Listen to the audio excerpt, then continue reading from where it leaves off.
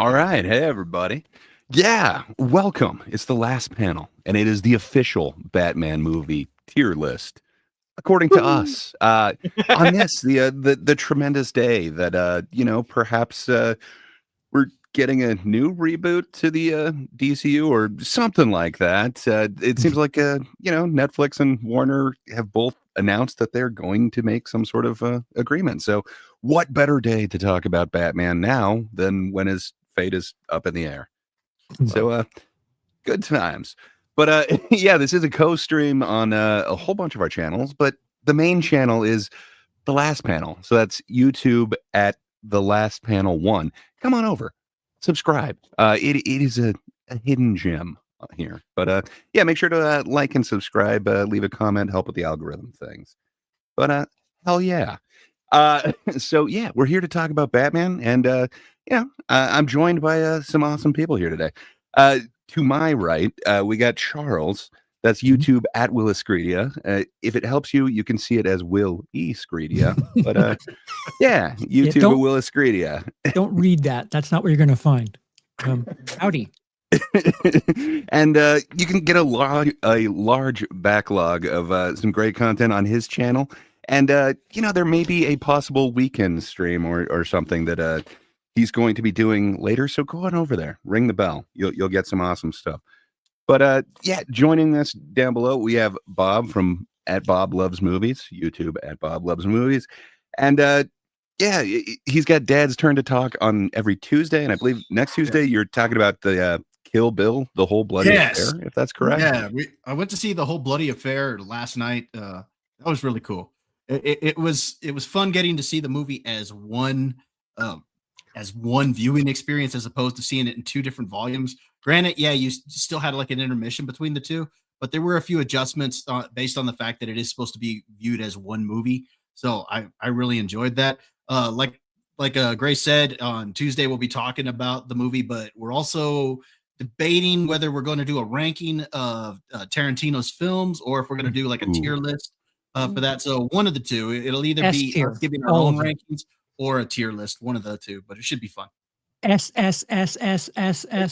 Exactly. I know, that's why I'm saying I don't know if a tier list is going to be appropriate for this one. It might be better to do our own personal rankings.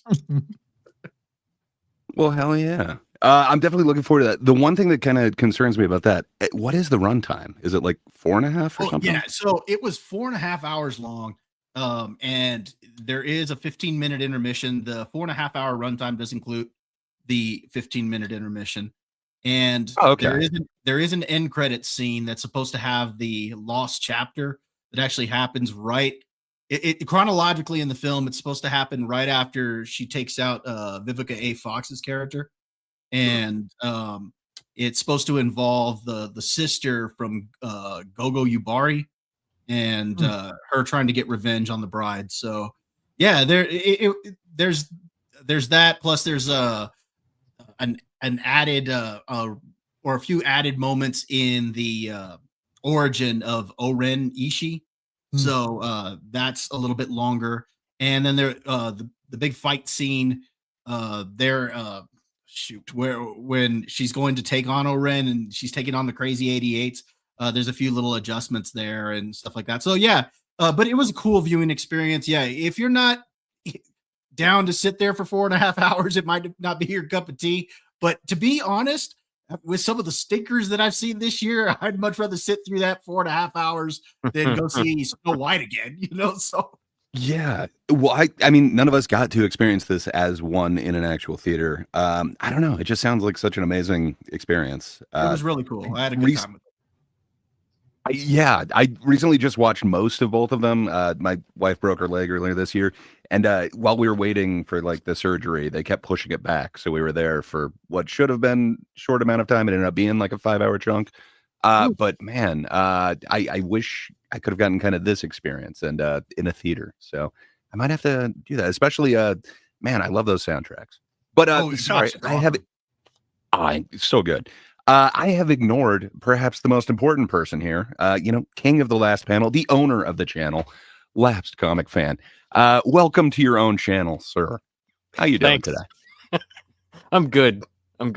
I'm definitely not the most important person here, but yeah, I'm doing pretty good, man. I also would like to see all the movies, like the Kill Bill movies, is like kind of one thing. I've seen them back to back, but never as like one feature, which I think would be Yeah, awesome. I think so too, especially when they kind of cut out. I'm assuming that kind of, hey, I have failed at my job because I haven't introduced our latest and greatest panelist. That is Warren. Welcome, sir. You can catch him YouTube at Lunchbox Warren. And of course, you know that he is doing the adventures of Sig and Joe, and you can catch that over at Global Comics. But correct me if I'm wrong. You've got a draw stream scheduled for Tuesday, don't you, Warren? I have one scheduled for Tuesday, and I'm going to be doing one on Saturday too. So I just haven't scheduled that one. I was going to do the one on last Tuesday, but I rescheduled it because I was editing issue 4 of Sig and Joe. So Sig and Joe issue 4 should be going on to Global Comics here in the next week, I believe. I just got one more editor to go through, and it's my sister, and she's currently an English school teacher, and she is busy. So as soon as she gets some free time, she's going to go over my book for me. So, oh yeah, well that's awesome, man. Yeah, it just puts me to shame. I applaud the fact that you're able to get so much done, and get so many streams in too. Oh yeah. How you doing today, Warren?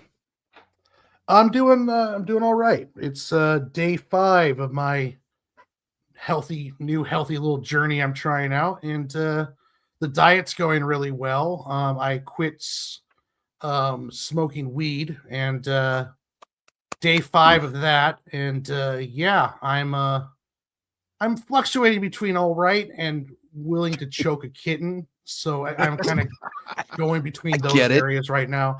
Those first few days are the toughest, man. But dude, that's awesome. If you made it 5 days, you can make it longer. You got this. At least you had a canceled MSK stream. Yes, so, yes. Yeah. But tonight you're not in luck, buddy. No, and it's going to be fun tonight. Make sure you check that out, because I may rage quit about 30 minutes into it. So let's see how that goes. All right, guys. Well, I guess let's kind of get to it. Sorry, before we do that, it does look like there's a very awesome super chat coming in from Amanda Aaron. Hell yeah. I don't watch Batman movies, but I came to say hi, CP. You and Cody are overdue for live commentary. I think you are. You got to choose something, man. I answered. Fans are demanding. We're going to get around to something, but those of you with families and stuff have the holidays, so probably in January. But yeah, we'll figure something out. And she also requested Seed of Chucky. Ugh. Oh boy! Ugh. Oh, when it stops being good. Oh, Charles, double feature, Jason X, Spacing, and Puppet Kids in the same movie. Dude, come on, man! Same review. This is amazing. It works out perfectly. That is torture. You just have to throw on Leprechaun in the Hood, and it would be perfect trilogy right there. Ooh. Oh, I haven't seen Leprechaun in the Hood forever. Oh man. Okay. Classic. I might have to watch this trilogy as well. All right, guys. So I guess we're teasing the title here. Everyone knew what this is, but it's the Batman movie ranking. Yeah, I guess we should probably start in chronological order, right? Yeah. So yeah, I guess so. Lapsed, who is way more of a comic fan, and thus it's in his name, Lapsed comic fan. But yeah, he did point out that there were ones before this, but apparently I just don't believe they exist. I am unaware of them, and so it is a huge blind spot in my Batman knowledge. But hope they were good. Just in my heart, it all started with Adam West. Yeah, that's all I'm saying. But speaking of Adam West, it is the I forget the year, but the '60s Batman. Mm-hmm. Yeah. What do you guys think? Where would you put this? Charles, what's your experience with Adam West Batman? You like shark repellent or no? See, I think I I remember watching the show more than the film, and I probably blend the two together. So there's probably things that happened on the series that I'm thinking of for the movie. So Mhm. I normally, considering what it is, and it's like hokey, like on purpose, I would call it like B tier for what it is. Fair enough. And the I could see silence is that. deafening. No, I do the same thing with blending it all together. How I remember it is like three different things. It's the movie where all the villains. It's the one where all the villains are together In a and- submarine. in a submarine, and it's the one where Batman's running around with the bomb. Oh, right, Yeah, right, they, right, they right. dehydrate Shark the repellent, World too. Council, they- which is only like 8 dudes for some reason.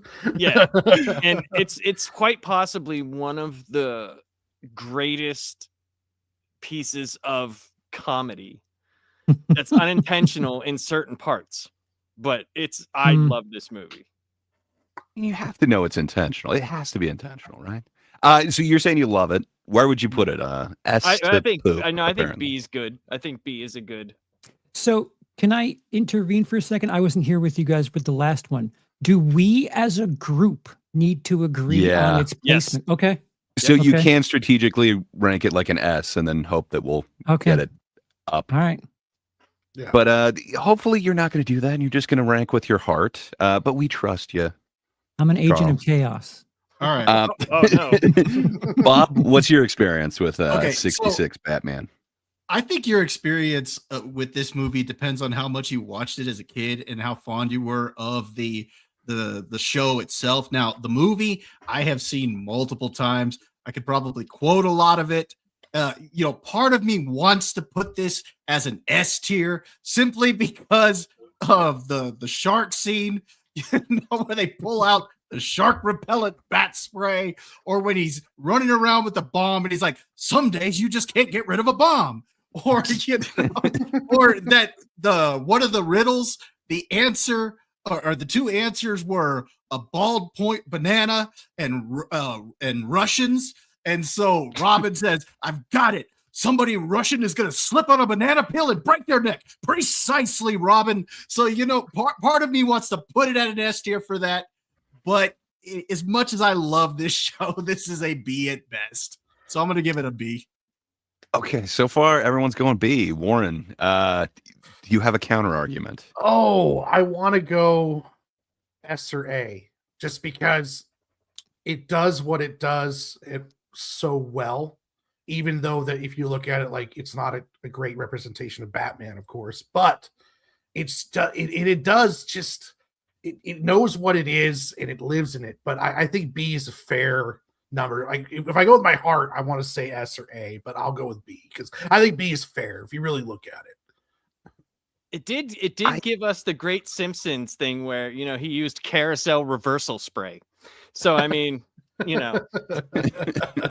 If I can Oh, white boy. knight this movie here for it is. just a minute, I got to say, this is designed as a B movie, and it plays exactly that way. It's perfect as a B movie. As B. Yeah, that's what I'm That going to is say. As a appropriate B tier, movie, sir. I don't think it belongs in S tier. Like, even if you're the best B movie ever, you're literally a B movie. That's how I always kind of viewed this one, but it is the perfect amount of camp. So What if it's the nostalgically, S tier of B movies? See, they're Um, yeah. that's what I'm saying. Nostalgically, it is S tier in my heart, but it is B tier in reality. Yeah, I'm not saying we're doing an objective ranking or anything like this, but it's a B movie. I don't see how a B movie could be S tier. No, in my it's opinion. a lot of fun. I mean, from them dehydrating everybody to the Penguin dressing up as that Commodore and going into the Batcave and it's just a lot of fun. It's a silly movie, but you have a good time with it. It's a good point. It's a AJ. great time. I think everyone, none of us hate this movie. I wonder if the kids today hate this movie. Well, I'm it's not like AJ in the chat says, I think whether or not you grew up on Adam West Batman would sway your opinion. Like, if you only know like everything after Nolan, this is probably a disgusting joke to you. Yeah. They've still got Lego Batman, so it's like you've got campy Batman with weird, But even Lego cartoony Batman, jokes. he's doing that. And hey, if you remember also, in the suit. It's all West. It's all West. Yeah, there's no fake muscles. There's no... It's all West, baby. You could have fooled me. I mean, All right, we're jumping ahead about 20 years now. We're out of the 60s. We're into 89. Batman. So we got Tim Burton, Michael Keaton, Jack Nicholson. Man, this it was a big event back in the day, and it was the first time we really got to see like a comic book movie kind of changed to a more serious tone on screen. There was the Fantastic Four, I think it was like 90 whatever. This really kind of good. Nothing. Charles, it sounds like you got something to say. Where would you rank this one? I just 89. wanted to understand how you would throw the Fantastic Four from 19 whatever the hell 91 in the same conversation. I was going to say we had more campy superheroes, and then I Okay. realized, okay, that was after this. But Charles, would you like to dance with the devil in the pale moonlight?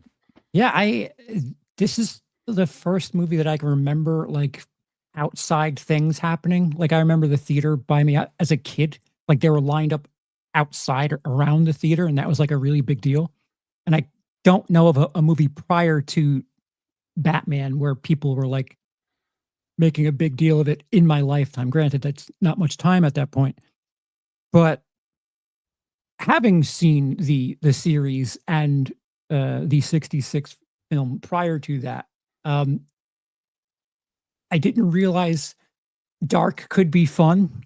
And man, Jack Nicholson is perhaps the best Joker, arguably. He's got some of the best lines. I mean, it's all subjective, but Uh-huh. come on, the whole "you wouldn't hit a guy with glasses" like that's great. Yeah. I absolutely love it. I'm I going just to love it say where he shoots his henchman.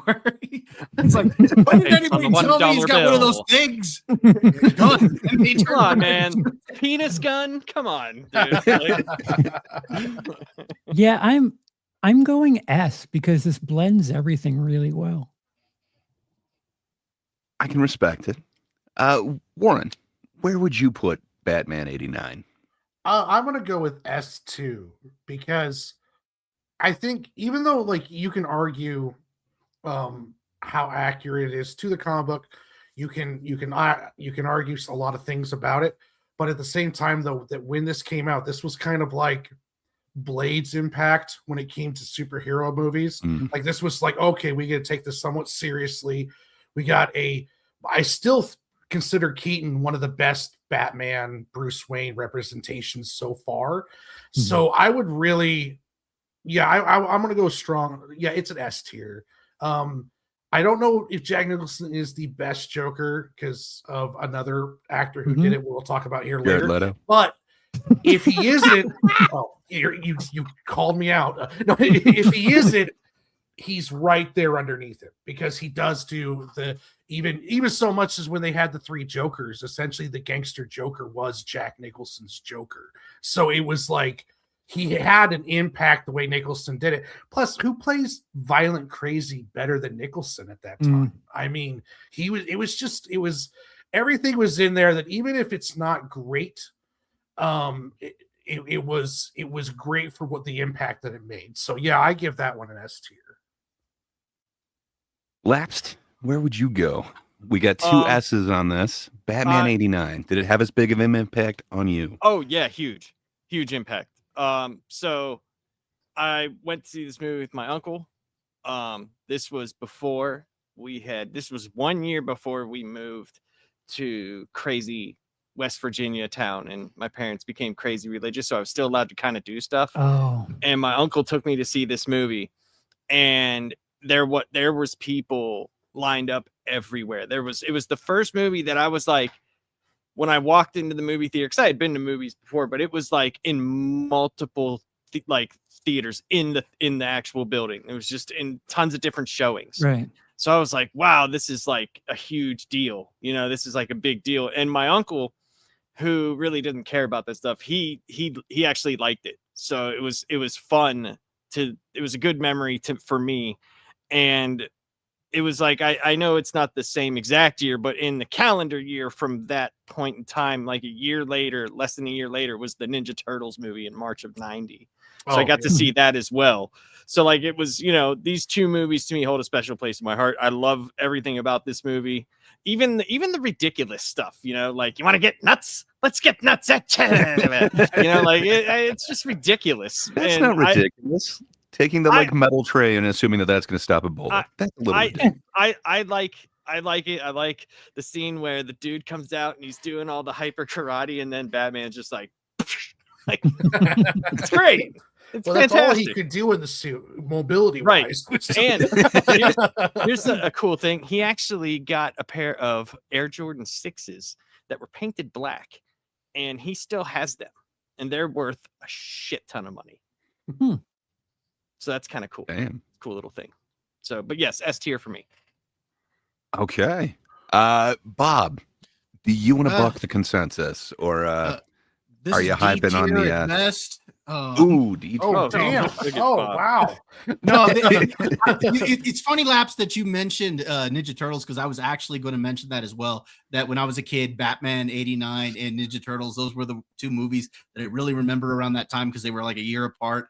And to me, those were ones that I was really looking forward to seeing. Everybody's already talked about Jack Nicholson. He's great in the scenes. Well, I love when he's there in the museum, dancing around. Bob's about to smash that painting. He's like, "Hold on, I like this one here. Just leave it." Or you see him looking at Vicky Vale's portfolio. You're like, crap, crap. And then he sees all the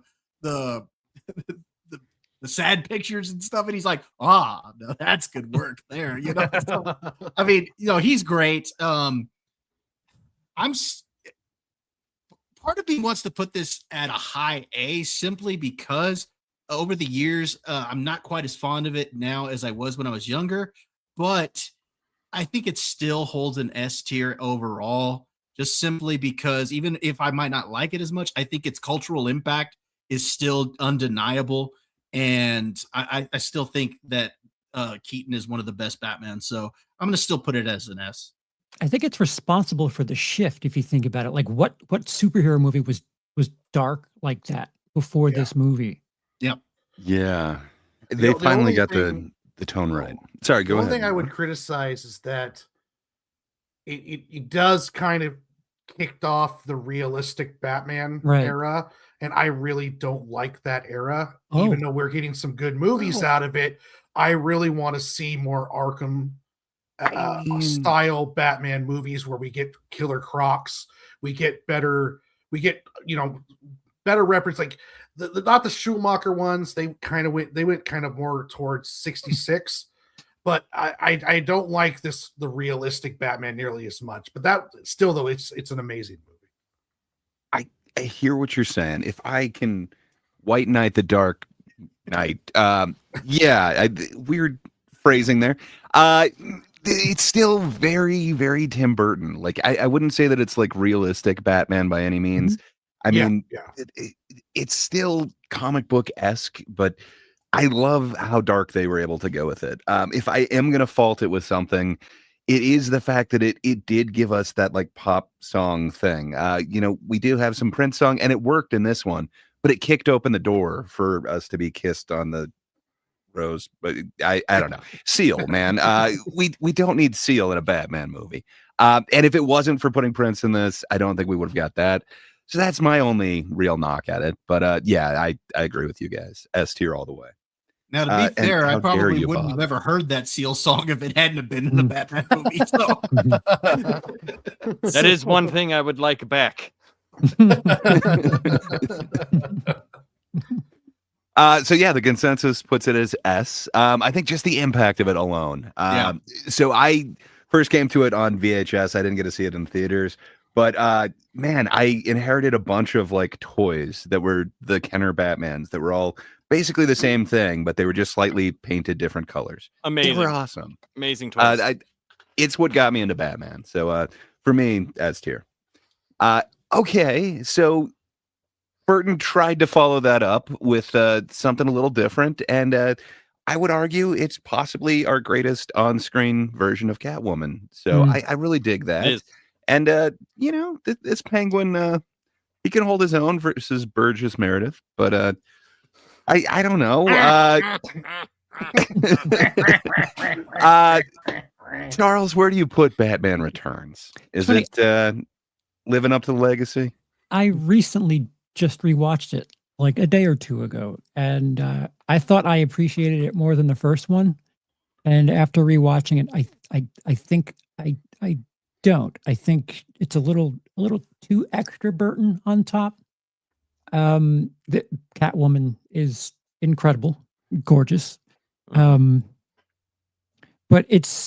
the balance of dark is a little too many sexual references for my taste. Like it's punny, but at the same time, the first one managed to refrain from that. It's not like I mind it. I would think twice about having it around for a kid or something. It's a high A for me, even though going into that viewing, I figured it was better than the original Batman. I think kids are so maybe I'm wrong, and as a non-parent, I don't know. I just know I was a kid that experienced this movie, and a lot of that stuff went over my head. But man, did I like Catwoman! A lot of like shootings, a lot of damage in this movie that I just misremembered. Just a lot of I don't know.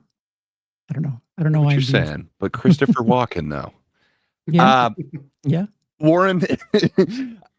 Sorry, you didn't actually give us a spot though, did you? You just said that it was less. I said a high A. Sorry, I missed that. I was trying to pull Walken's name. It was hard. Warren, what say you, sir? Where would you put Batman Returns? That's. I'm gonna go with S tier just because I liked the representation of Catwoman. I love DeVito as Penguin, even though I went a little bit too sewery. I like more like arms dealer Penguin. Like the Colin Farrell Penguin was awesome, but this one was kind of like Burgess Meredith, but with like a mutant kind of deal going on. But I think it's still, if it's not S, it's definitely like Charles said, like an A plus. Like you misspelled a word on one of the questions, you kind of deal for a perfect score. But it was a little bit more Burton, and also too, it's like Batman kills like 20 people in that movie, so like there is another part of that too. So, but I'll give it an A tier. I think I'll give it A. Yeah, I think it's more proper. All right. Bob, I'm switching down to you now. What say you? You were going kind of low for Batman 89. Where are you going for Batman Returns? Warren, you mentioned that Batman kills like 20 people. The first thought that came to my mind was, it could be worse. My nose could be gushing blood. Okay, story-wise, I don't like this one as much as Batman 89. I want to put this as a B. However, there are two trump cards that are going to automatically make me put this as an A. And that is Catwoman. Catwoman looks awesome in that suit. And Michelle Pfeiffer is great in that role. So that's trump card number one. And trump card number two is Christopher Walken. Those two reasons alone, this deserves an A tier simply for those alone. So even though the story for me is more along the lines of a B, there are the things I really enjoyed about it. I really enjoyed. So I'm going to put this as an A. Respectable. Lapsed. Are you going to break the consensus here? Would you rank it other than an A? I give it an A, but I give it a low. I was thinking high B, low A, but it's an A for me. I think for people that were making comic book movies that decided to change things, change costumes. I mean, this is a perfect example of why you can still have someone as amazingly beautiful as Catwoman, but still be badass. Like the femininity was on point, but she was also a badass. Like when she stuck him in the side with the freaking thing, like, and it was just like, oh my God. And as over the top as Danny DeVito was, the way that I judge the Penguin is as much as I like Colin Farrell's Penguin, I look at, could I see this person owning the Iceberg Lounge? And could there be penguins serving me drinks? And I just don't see that with Colin Farrell, but I definitely see it with Danny DeVito. And I mean, the story is weaker, in my opinion, but the overall, I thought it got the city correct. Gotham, I thought, looked great. And there's only one other Gotham I like better. But for as the comic books were at the time, with the cultural shift from The Dark Knight Returns to what they were going up to into the 90s with like No Man's Land and stuff like that, I thought the city was represented very good. And even with the crazy people, circus people in the beginning, there was a lot of that type of stuff. There was a lot of those type of gangs that were running around in Gotham. And I like the movie a lot, but the story's a little bit weaker for me, but I thought the characters were great. Yeah, from a movie perspective, they kind of waste the reveal of Penguin because they make it see like he's this creature, this legend, and then within the first 20 minutes, they just show him like the way that for a movie like that, you build that up to have this be some sort of horrific reveal, but they just don't do it. Like they're making this legend out of him in the beginning, and then they don't, like, the first shot of him isn't that big a deal, and it's kind of confusing, a little anticlimactic for the sake of building that legend. Plus, it's got the let me pin it on you, right on that titty of yours. There you go. Oh, did I get it? No, I didn't. Animatronic penguins, though, like I don't know, the puppet work in this, the overall like set. It's the best overall like props and sets for any of the Batman ones. Were both of the Burton ones for some reason. And he had the umbrella copter. I mean, yeah, right there. Not only that, Batman's toys all get upgraded in this one too. I think it's the first Batarang. I don't believe that was in the first one, but man, so many good things going on in this one. But yeah, I think it is kind of a step down. So I agree with the consensus. We got to disagree somewhere, guys. But yeah, let's go A for that one. Okay, I know this one is Charles's favorite. So we were just going to do the live action ones, but there were two more that were released theatrically, so it is only fair to get them.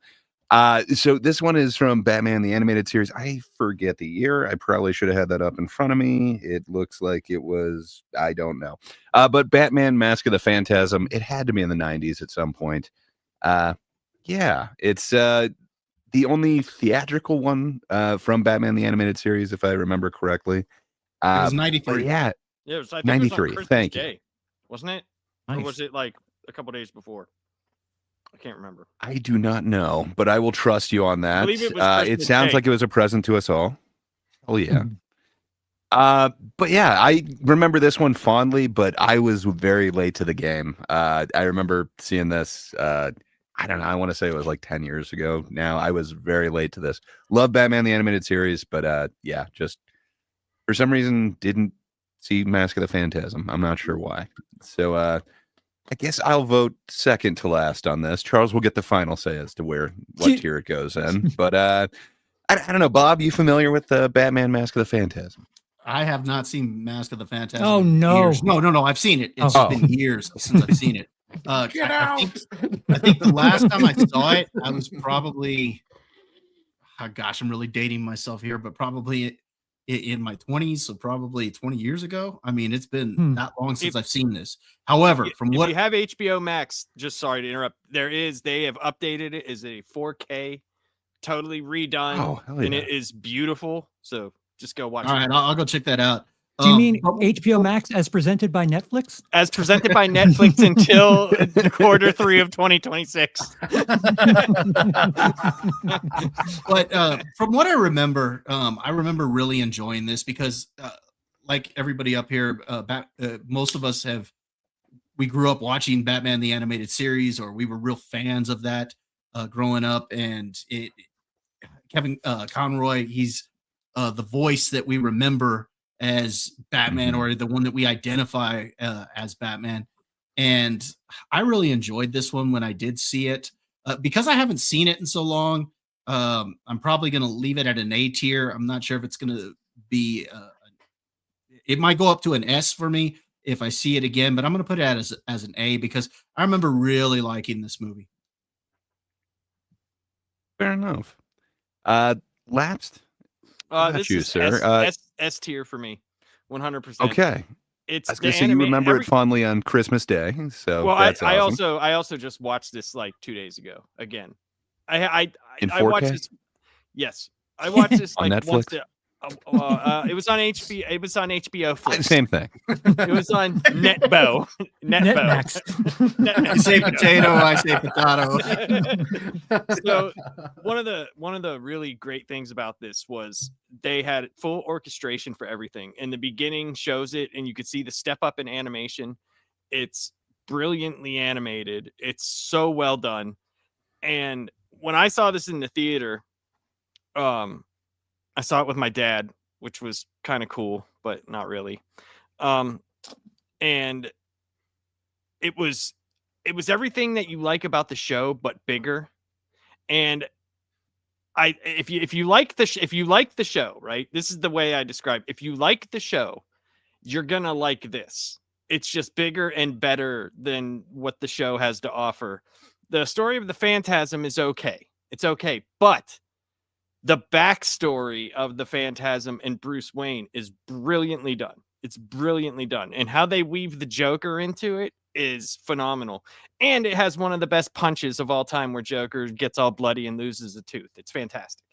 So for me, S tier all the way. Okay, respectable. Warren, do you have a history with the Mask of the Phantasm? Oh yeah, S tier. It was kind, I grew up on the TV, the animated series. That is still my definitive version of Batman so far in any form of media, except for comics. I mean, but that is like, aside from comics, that's the best translation of Batman, I think, so far. And Mask of Phantasm, just like Lap said, was just up in the game on everything for a movie. So yeah, definitely S tier. Oh yeah. I can definitely respect your decision. But as an asshole, I gotta say, I like Batman 89 and Batman Returns a little bit more. So I'd go S tier, but just like a little bit less. Everything that you said, though, yes, this is kind of the most comically accurate Batman. Everything that Bob was saying about it, like Kevin Conroy is the man.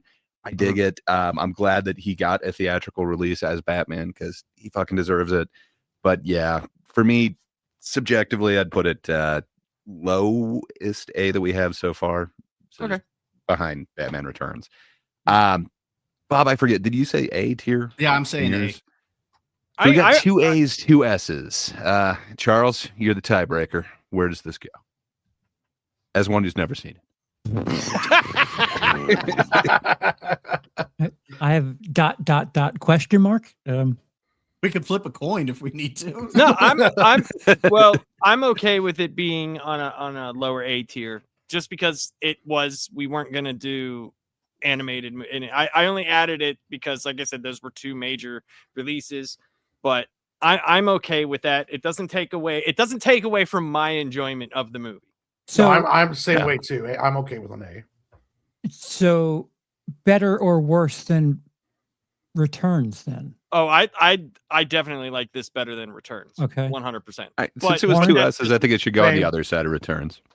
So same. All right, let's put her there.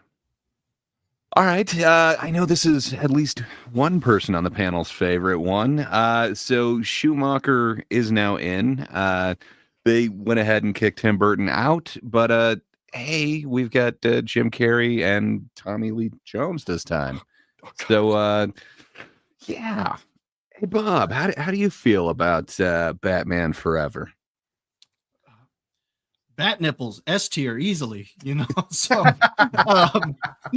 for me, I really do like Batman Forever. I kind of would really have loved to have seen the Schumacher cut that's rumored to be out there, the kind of the darker version. But for me, this is a solid.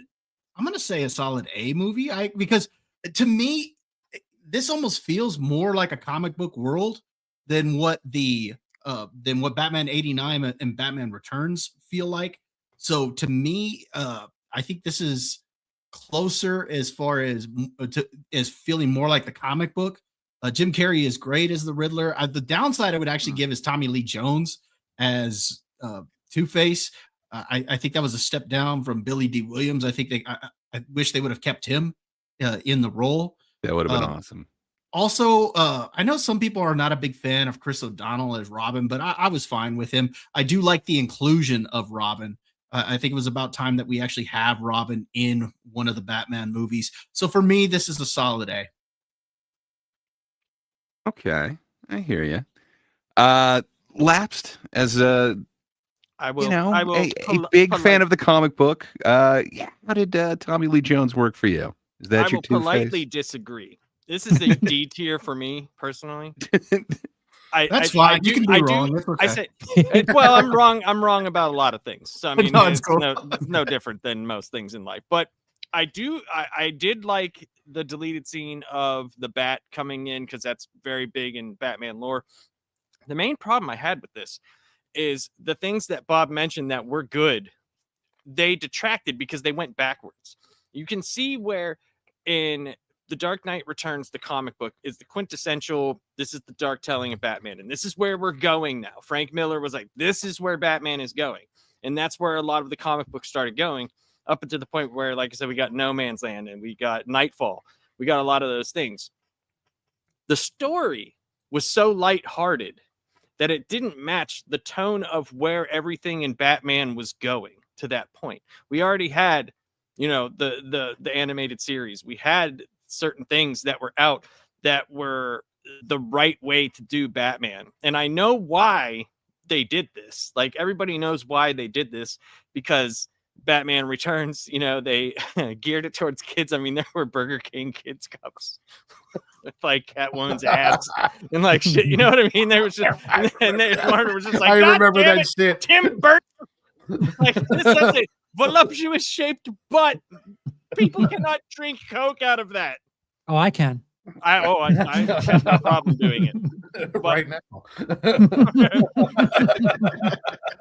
but you know what I mean? Like, it just seemed to me it went in the opposite way. And I think when you see Riddler and Jim Carrey, I think people's minds go, that works. But for me, it didn't. It didn't work. I think the Riddler is the most underutilized Batman villain. And the reason why the Riddler, you have to have the riddles. If you don't have the riddles and they're not good, right, then it doesn't work. That's why if you watch like the animated series, it's halfway there. Yes, Edward Nygma, yeah. But if you watch the animated series, the Riddler's not in it as much as you think he is, right? You think he is, but he's not. It's the reason why he's not is because they sat there forever and had the right riddles that were like half decent. Because if you just play him up to be like another jokey guy but uses riddles, he's just the Joker, and with a green suit and question marks. So, like, and a flat top, a red flat top. Right. So, I mean, they gave him a just question mark cane or something. They sure did. It just overall didn't work for me, but yeah, it's better than the next one. I'll say that. But it was D for me. Warren, do you disagree? Was this your Batman Forever? MSK Forever. There's some good stuff about it. Like, I liked Val Kilmer as Batman. Jim Carrey played Batman 66 Riddler. Tommy Lee Jones had no idea who Batman was, never read a comic, never prepared for it, and all he did was saw what Jim Carrey did and just acted like Jim Carrey. It was like having two Riddlers from 66 in the same movie. Very similar to how Joker in Batman 66 and Riddler were. They were really hard to tell apart. Joel Schumacher, I don't think, has ever read a Batman comic. So, again, like, there was some positives to this, but at the same time, it was just like, it just, a lot of it didn't work. So for me, it is a D. Like, I wanted to go see because of Kilmer, and there was some good stuff. I liked Chris O'Donnell's addition, even though they probably should have went with a younger Robin. but Val Kilmer wasn't bad as Uh-uh. Batman, in my opinion. I think he's such a great actor, and it's that Bruce Wayne, playboy, tragic child, Batman are the three personalities you have to play, and not many actors have done it as very well, and Val Kilmer could. But the rest of it was just like, like the Two-Face was freaking terrible. Absolutely terrible. He just acted like Jim Carrey. It's like Tommy Lee Jones. It's like, dude, pick up a fucking comic, man. Like just one page or something. But yeah, so it's a D for me. But you guys before- are forgetting the most important thing. Nicole Kidman in those satin sheets. That automatically brings this up. I was literally before going to we- ask. I before we- forgot until I just looked at the cover. Nicole Kidman's in this one? Yeah. Huh. Before we go on, this wouldn't is have a thought that I'd forget fantastic that. comment. So Adam, I'm sorry. Buskirk? Hold on. Buskirk? Here we Adam go. Sorry, Buskirk, guys. 2222. Oh my God, I'm so old. Okay, I so- really want to know what the in-universe reason as to how Harvey Dent went from Billy D. Williams to Tommy Lee Jones. That must have been some pretty powerful acid to change the guy's skin tone. Good point. Tragedy, yeah, it though, is. Tommy Lee Jones could have been an amazing Two-Face. He could have been Think an so. amazing Two-Face, playing up the lawyer part, playing up it more serious. He would have done an amazing job. He just completely phoned it in and just acted like Jim Carrey. It was almost like they had no respect for the material, and that it's just let the bad taste. Maybe not the comic material, but like his suits that looked like really fine material. I am kind of jealous of the outfits that they would had. Charles, we've been trashing your favorite movie. I'm sorry about that. What were your feelings on Batman Forever? As someone with no sort of comic influence, this is the first time that so what I had first from this movie was the soundtrack on cassette, and I was listening to the U2 song more than anything, not the Seal song. But watching this back as an adult, everything about this is like second rate to anything else prior to it. Jim Carrey being some sort of tribute homage to the 66 era is great and all, but everything else about this movie screams continuity from the previous two movies, which they're disjointed. Like someone just brought up, Nicole Kidman. I mean, she's as engaging as she is in those AMC movie theater commercials. It's really just not very strong at all. Everything else is like whatever you want. I can name you a better version of that character in anywhere else in the storyline. It's a low C to me. Okay, so you have ranked it. Wait, no, I think Bob, you ranked it a little high. I know I Warren gave it an and A. Left. I just happen to really like it. I mean, Fair everybody's enough. criticisms. I get it, and pretty much every one of the criticisms y'all have are a lot of the same criticisms I'm going to use for the next one. But, but yeah, just for some reason though, I still liked this one. I mean, I agree with the criticisms, but I don't know. This is still fun to me. Fair enough. Respectable. So we got an A, a low C, 2 Ds. I want to like this movie, but I go back and I actually see what is put onto the film. I don't know, man. Like the bat ears should not be flopping around while he's running. Like he shouldn't be running. Like why? It's very strange. Choices were made with this. I basically agree with everything that Lapsed and Warren were saying on this. I want to like it, but man, it's really tough. It's making me not be able to support it. I want to white knight this, but unfortunately I can't. I like Kilmer as I guess his Batman is okay. The suit does a lot of the heavy lifting, but his Bruce Wayne works for me. I kind of wish they gave him more chance with an actual story that he could have done, but I'm glad he got a Dawn, the cape and cowl, but Yeah, this one to me is a D. So that gives us 3Ds, 1C, and an A. So So Puts it it would what be, around a C? yeah, it that would makes it a be like C a C. ish. Yeah, That's a low All C. right. low Yeah, C. probably Yeah, around the it's low low C. C. Yep. Fair enough. Okay. Well, I think it is like the previous one, but slightly elevated. Not only do we have Chris O'Donnell as Robin, but now we've got Alicia Silverstone as I don't remember, and then Uma Thurman. I mean, who doesn't like Uma Thurman as Poison Ivy? Not to mention, perhaps the greatest on-screen Batman villain, Mister Freeze, by the one and only Arnold Schwarzenegger. Surely you can't hate this one too, Warren, right? Oh, geez. We're forgetting though. This is absolutely the worst representation of Bane, probably in any form of media ever. Like it was just a complete utter failure as Bane. Everyone was phoning it in. Who pictured Arnold Schwarzenegger as a cryogenic scientist is beyond me.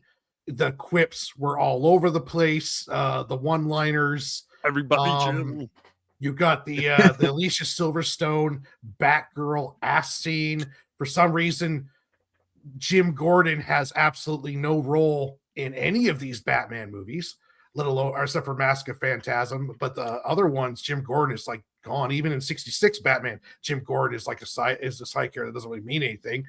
So yeah, for me, this is poop. Easily poop. If there was a tier lower, Are you than forgetting poop, the I'd- bat skates though? Come on. Mm. They're harkening back to the 66 one. Now he's got gadgets that are situation specific. I mean, bat skates. Who would have thought that he'd need those? That's why I'm in therapy. It's because of Yeah. Fair enough. Bob, you gotta like this one more than Batman Forever, right?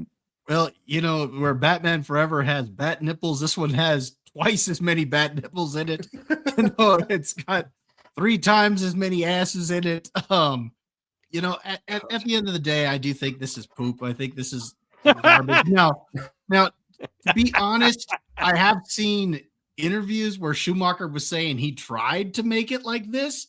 So if that's the case, I mean, he succeeded. Mm.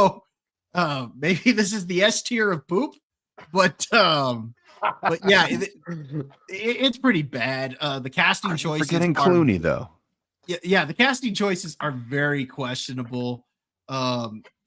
Again, where I like Chris O'Donnell in Batman Forever, I don't particularly like him in this one, but I don't like any of the actors in this one. I think they're all pretty bad, and a lot of that has to do with the material that they're given with this. So I am going to say poop with this one. Take 2 of these and call me in the morning. Lapsed. Forget about that. Don't forget about that Batman credit card that he's got. Oh God! Credit card. Never leaves the cave without it. I mean, you can't. You might have an emergency. Lapsed. Are you happy that we finally got Mr. Freeze on screen and Nope. you finally get to see the backstory there? Oh, Nope. come on. It's so poignant. I need to conduct everybody. 3-4 timing, everyone. I don't know. It was oh my God. This movie is so bad. It's one of those things that like I can watch because it's so bad. And like the whole plot with Poison Ivy. I'm gonna wear my rubber lips. And it does not work, you see. And it's just like it harkened back to everything that was wrong with Batman, but not done in the right style. Like Batman 66 was camp for the sake of camp. They might have made this movie to be campy, and that's fine, but that wasn't the way that we as a society was moving. That wasn't the way, it was 1997, man. Everything was, counterculture at that point in time. And this wasn't even the opposite of counterculture. This was just bad. It was just not good. And bat skates, well, you might need them. I don't want to see them. It's not what I had. Batman on Ice and doesn't sound good at all. Like, Just You know, talk the about thing it. is, We is could that I sell think the stage show, Batman we on could. Ice. It'll be We great. could. the thing is I actually think there's a couple things here that could have made for an interesting story had they actually taken this a little bit more seriously. Like the idea of Alfred being sick and them kind of having to figure out how to work together without Alfred kind of being that voice to kind of guide them together. I think that could have been really interesting, but everything else around it was just so awful Mhm. that that story, which again could have been interesting, just that fell flat too. Yeah, it would have been a great thing, especially showing like you could have showed Bruce going through almost some PTSD because it's like he lost his parents. Now his only father figure left is dying, and you could have seen some desperation at him, and that could have caused more of a rift between him and Robin. They kind of started doing the whole Robin Batman rift in that, but it was really just because of ridiculous. But yeah, there's a lot of stuff they could have done. It's just they completely failure all the way around. Robin didn't refill the Nescafe. That's what happened. Yeah. He was just, George Clooney was just upset. He was upset. Charles, I know you're a fan of the Clunes, and I'm sorry that we have besmirched one of your favorite films. What are you trying to put all these not true thoughts in my head, sir? What's your feelings on Batman Forever? Oh, no, sorry. Batman and Robin. Excuse me. Everything I feel about Batman Forever, the volume is just turned up on this, and in the negative way. It's just very, very bad. And like Laps said, you think about stuff that was coming out around that time, like Independence Day had come out the summer before that. The Rock action movies were very grounded, and then you have this cartoon of a movie coming It was out. ground. It had holes in it, but it was there. Ground chuck, if anything. No, it is it's poop. It is the worst thing that has had the word Batman on it, in my opinion. Wow. Okay, so if I can white knight this movie a little God bit, damn it. the only thing that I'm going to say is I enjoy it personally and subjectively a little bit more than Batman Forever. It is not good, but I would watch the Bat Skates and Mr. Freeze, just Schwarzenegger just chewing the scenery any day. For me, it kind of works. And then I dig Uma Thurman. I can remember that Uma Thurman's in this. I totally forgot that Nicole Kidman's in Batman Forever. I couldn't tell you what she does. Uma is hot. I remember more of this doubt. in a positive memory, but it's not a good film. It is. I'm sure there's some 5-year-old kid that watched this a bit when he was younger and, thinking, yeah, this is my favorite movie. And then growing up and realizing, oh, the favorite thing of mine when I was 5 actually sucks. Like we all have that moment. You know what's sad? Well, it was not a favorite thing actually or anything. My sister-in-law's favorite Batman movie. No. He loves Oh, George. no. Oh, She no. I loves can sit there and watch it. George is all I'm Clooney doesn't saying. even love his portrayal of Batman. I'm telling you, dude, she is obsessed with that cigarette butt of a human. Well, I'm definitely not giving it S tier, so I think no matter what, that puts it in poop, right? That's 4 poops and whatever I'm gonna give it. So I just wanted to hear 4 grown men say poop. Poop all in the same all right. Well, yeah. All right, so we took a break for I believe over a decade at this point because Just of shy of that poop that we just declared. So yeah, then finally a different director, a director known for slightly more serious films, The Following and Memento, and I think he had one more. Yeah. The one in Alaska with Pacino. Now I'm blanking on it. Insomnia. Insomnia. Thank you. I wanted to call it whatever, the photo one with Robin Williams, and I was like, no, not that one. The other one. Yeah. So Nolan got to take over it, and he went for a grittier, more real life, more realistic, less comic book take on it. It swept the nation. Bob, did it get you? Were you swept up in the Batman Begins? All right, this is actually my favorite Batman film. I'm not saying it's the best Batman film. There's another one on this list that I'll put ahead of that, but it is my favorite. I love the origin story. I love how they take time and actually building him up to be Batman. I mean, you don't actually see him in the costume until, what is it? Almost an hour into the movie. And I love Nolan as a director. Hans Zimmer doing the score. I think this is great.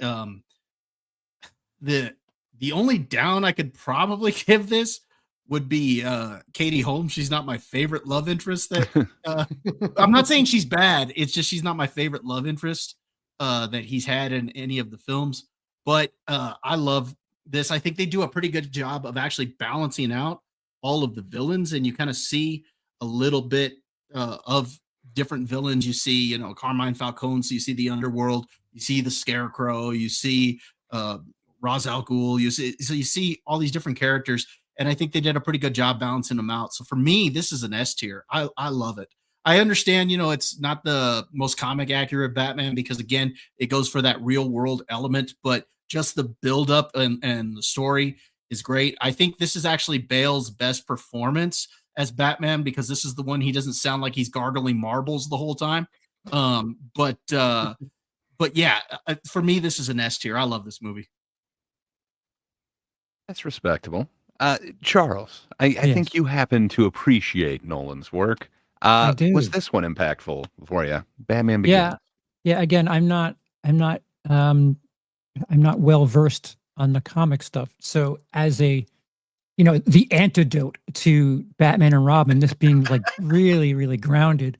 I like the idea of showing us just what type of training, what type of things a Bruce Wayne would have to do and show us like what his money does instead of just having a rich guy in a mansion, like his all of the stuff that gets sent to factories that he's getting caught stealing. Like Wayne is all over the place. Like it was subtle, but it was a nice little touch that, oh yeah, he's super rich and he's just not, just a playboy. He's more than that.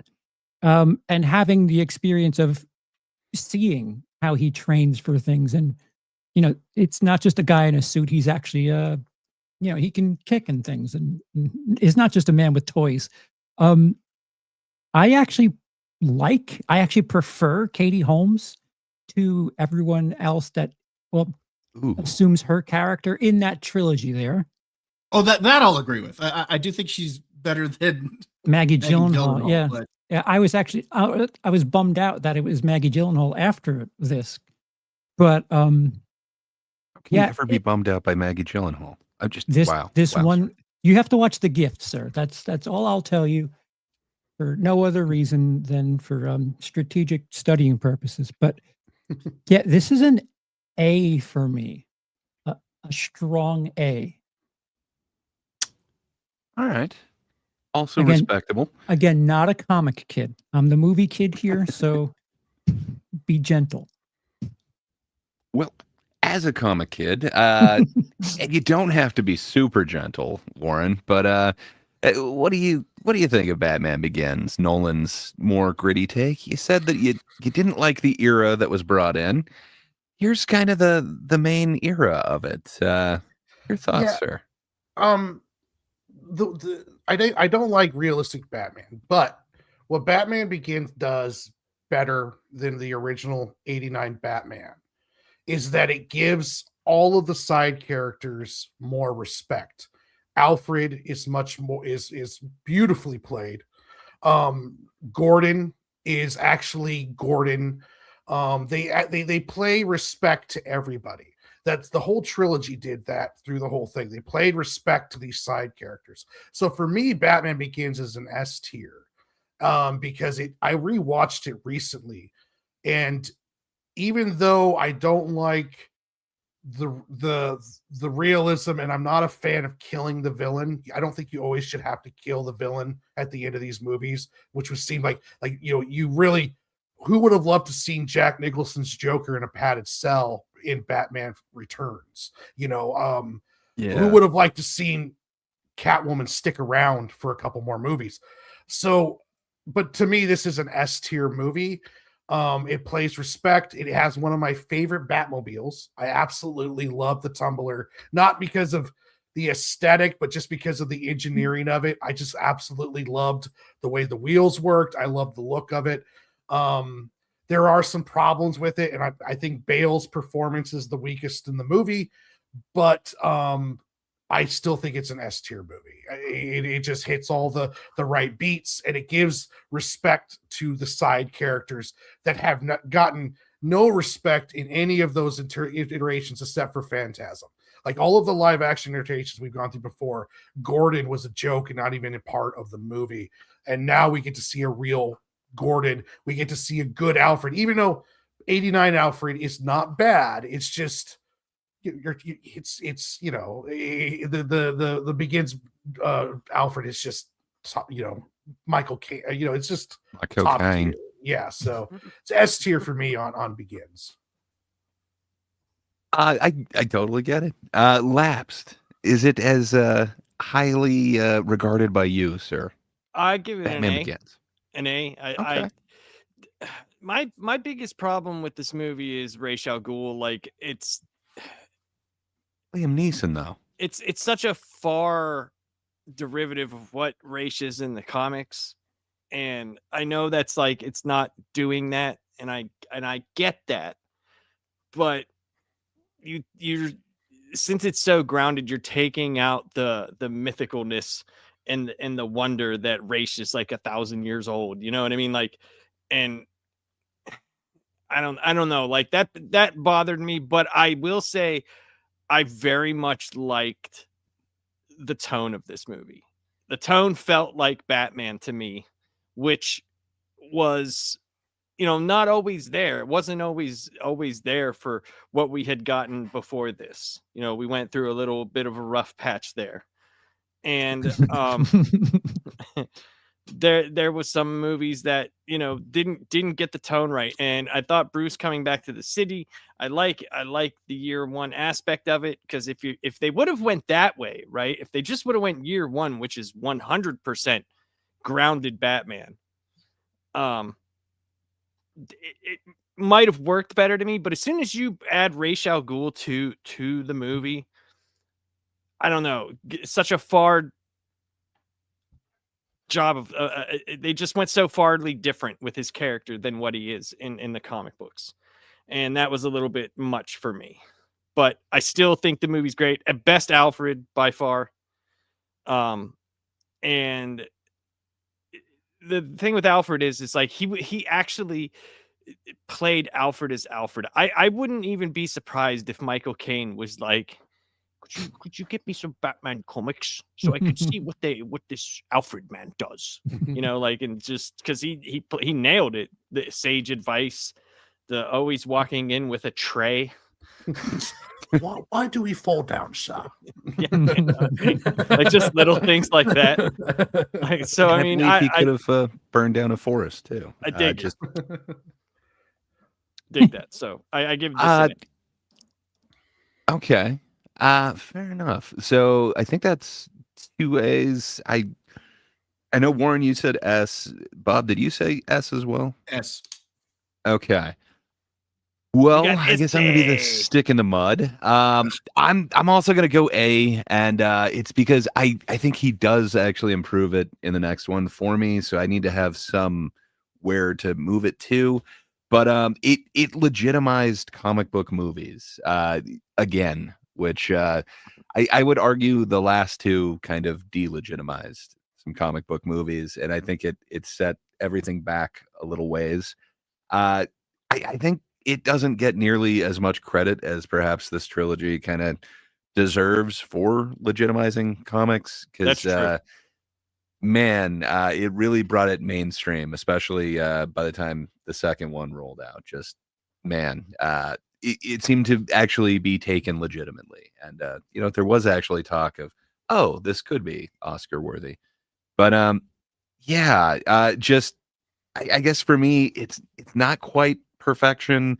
There is the problem with Ra's al Ghul. I'm not a huge fan of that character, but just from what I know of it, it's like Liam Neeson, he ain't it.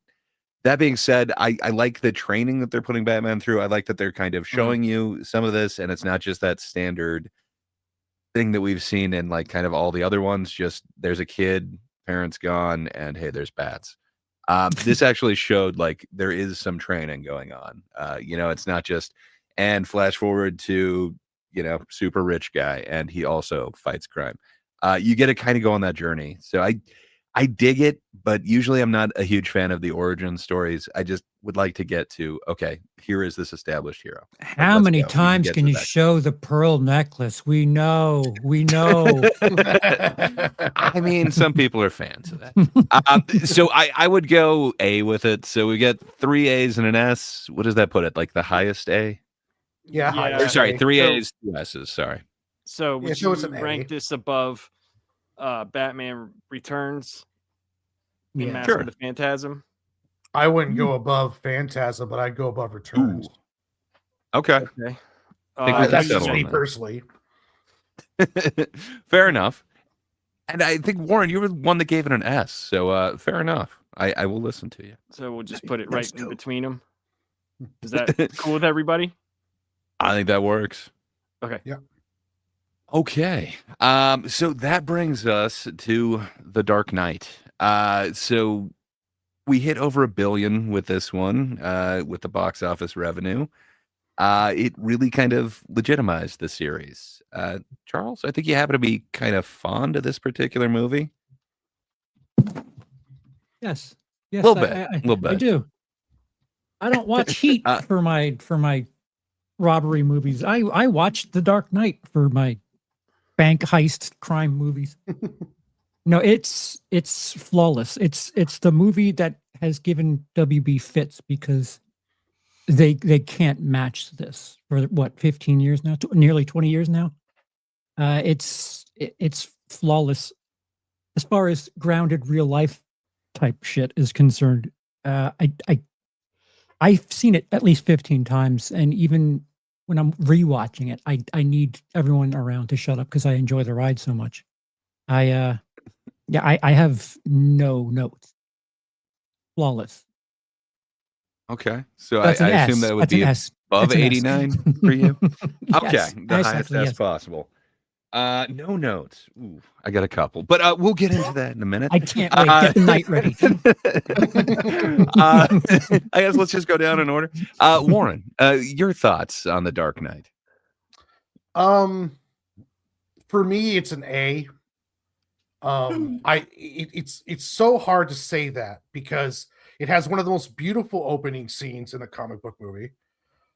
Heath Ledger's portrayal of Joker is the strongest villain portrayal in a movie, a comic book hero movie that I think I've seen. Not off the top of my head, it's one of the strongest. But the film does have its flaws. I don't think it holds up as well storyline wise. Christian Bale's Batman is the worst acting or character. Christian Bale is the worst actor in The Dark Knight. Everyone else. What do you mean? Everyone else is hitting great while Christian Bale is doing duck lips while trying to make his Batman voice. And for me, yeah, it was an A because it just doesn't hold up as well storyline wise. There's a lot of stuff that was like kind of cool, but it just didn't work for me. So yeah, I'm gonna go with A with this one. Okay. I would like to point out that while Bale may be doing the duck lips, you believe it's an American duck. Yes. His accent really isn't seen there. All right, Bob, what's your thoughts on The Dark Knight? Where I said that Batman Begins was my favorite Batman, I would argue still, though, that this is the best Batman movie. And I would argue that this is not just the best Batman movie, but one of the best comic book movies, if not the best comic book movie. I think this is fantastic. From that standpoint, Heath Ledger was already mentioned. His performance is amazing. In this, it really stands out. Even if he hadn't passed on, I still think he would have won the Academy Award for this. Like, I don't think this was a consolation prize because he passed away. I think that he would have won this regardless. And you're forgetting RDJ. That was an interesting time right there for Tropic Thunder. True, but fair enough. Also, I the storyline itself, I really enjoy it. Where you talked about Warren, how the side characters got a lot of respect in the previous film. I think they really give Gordon a lot of respect in this film, and Yeah. Gary Oldman is awesome as Jim Gordon in this. Just a just a fun story with the Dark Knight.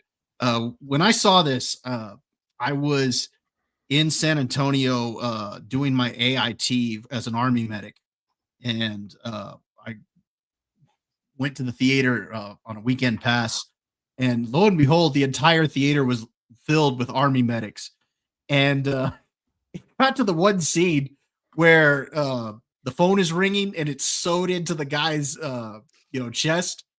And when the phone rings, you got the medic there in the movie saying, "Oh, it looks like he's got some kind of contusion." And as soon as he said contusion, every single medic in the theater were all, because we had just been learning about contusions and bruises and all this stuff. So we're all, and I'm thinking to myself, well, gosh, you can't take us anywhere. But yeah, the movie itself, I think, is just very well done. I think the representation of Two-Face is actually very good here as well.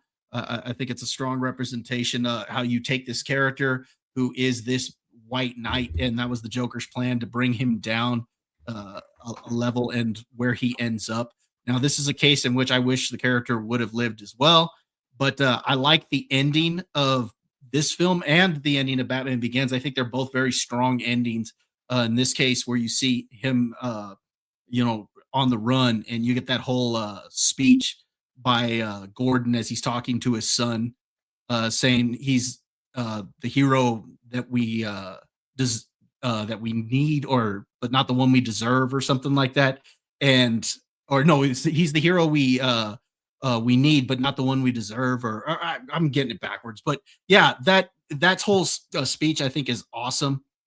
So yeah, for me, this is an S tier. Oh yeah. Lapsed. What's your thoughts on the Dark Knight, sir? You like the gritty realism? Okay. So the problem I have with this movie is it was such a strong portrayal of the Joker by Heath Ledger that I thought that Harvey Dent's Two-Face it should have been set up for the next movie. That's what I thought, because they just made it out to be like, okay, he had this accident and Batman picked him over his girlfriend, as opposed to him going insane and having Big Bad Harv in his head and having that be something that haunted him, and him getting convictions based on the work that he would do under a mask. He would do crazy shit. And I don't know. It fell flat for me with Two-Face. I thought the makeup looked great. I thought that was cool. But like the whole like Gordon's kid thing and like all this, it was too much for how much stuff they were doing and stuff that they were actually utilizing from the comic books. They had the burning the money from the Long Halloween. They had a whole bunch of other references to Dark Knight Returns, other things like that I thought that it I don't know. It just, that part fell flat for me. If this would have just been the Joker all the way through, and then have Harvey's descent into madness because he couldn't bring the Joker in, where he had to take the side of Batman where he just didn't want to, and then have him save him instead of her. And that just totally, busts his mind, and he's like gone crazy and discredited, and then has the accident at the end of the movie and could possibly be in the third movie as opposed to what we ended up getting. Yeah, I give this an A. I still like the movie a lot. I still do. I still like the movie a lot. And I don't know. I just really didn't care about Two-Face in this movie at all, because we had something that was so special and never, especially, now that afterwards Heath Ledger died. We're never going to have it again.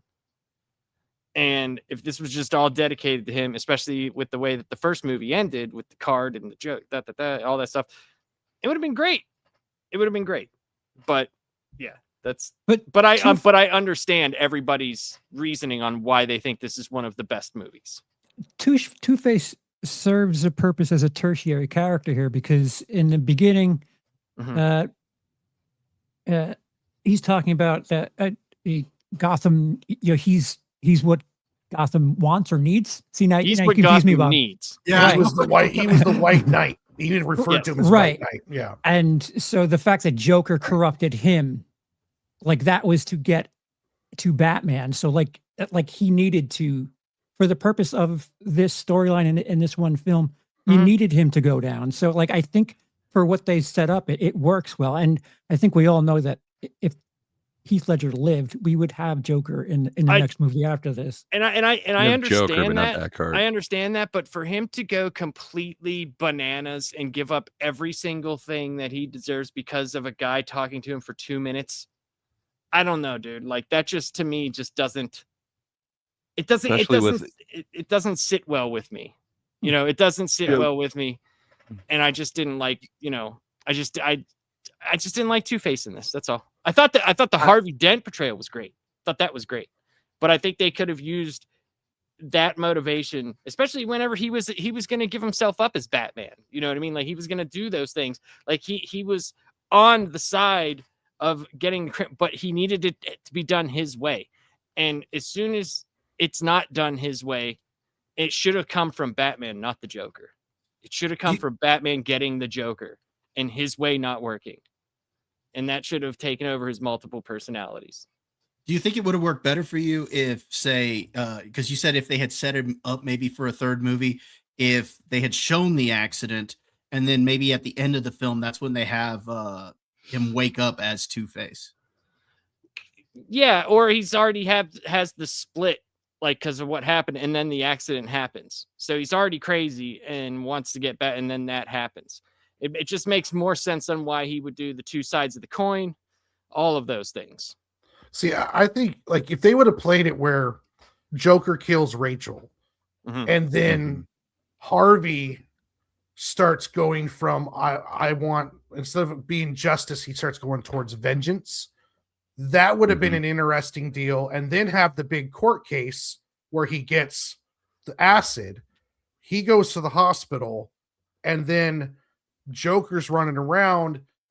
They had to have Harvey do a crime though, because the whole pinch of their story was Harvey had all these gangsters arrested, and if he does a crime, then that means all of his prosecutions get put into question.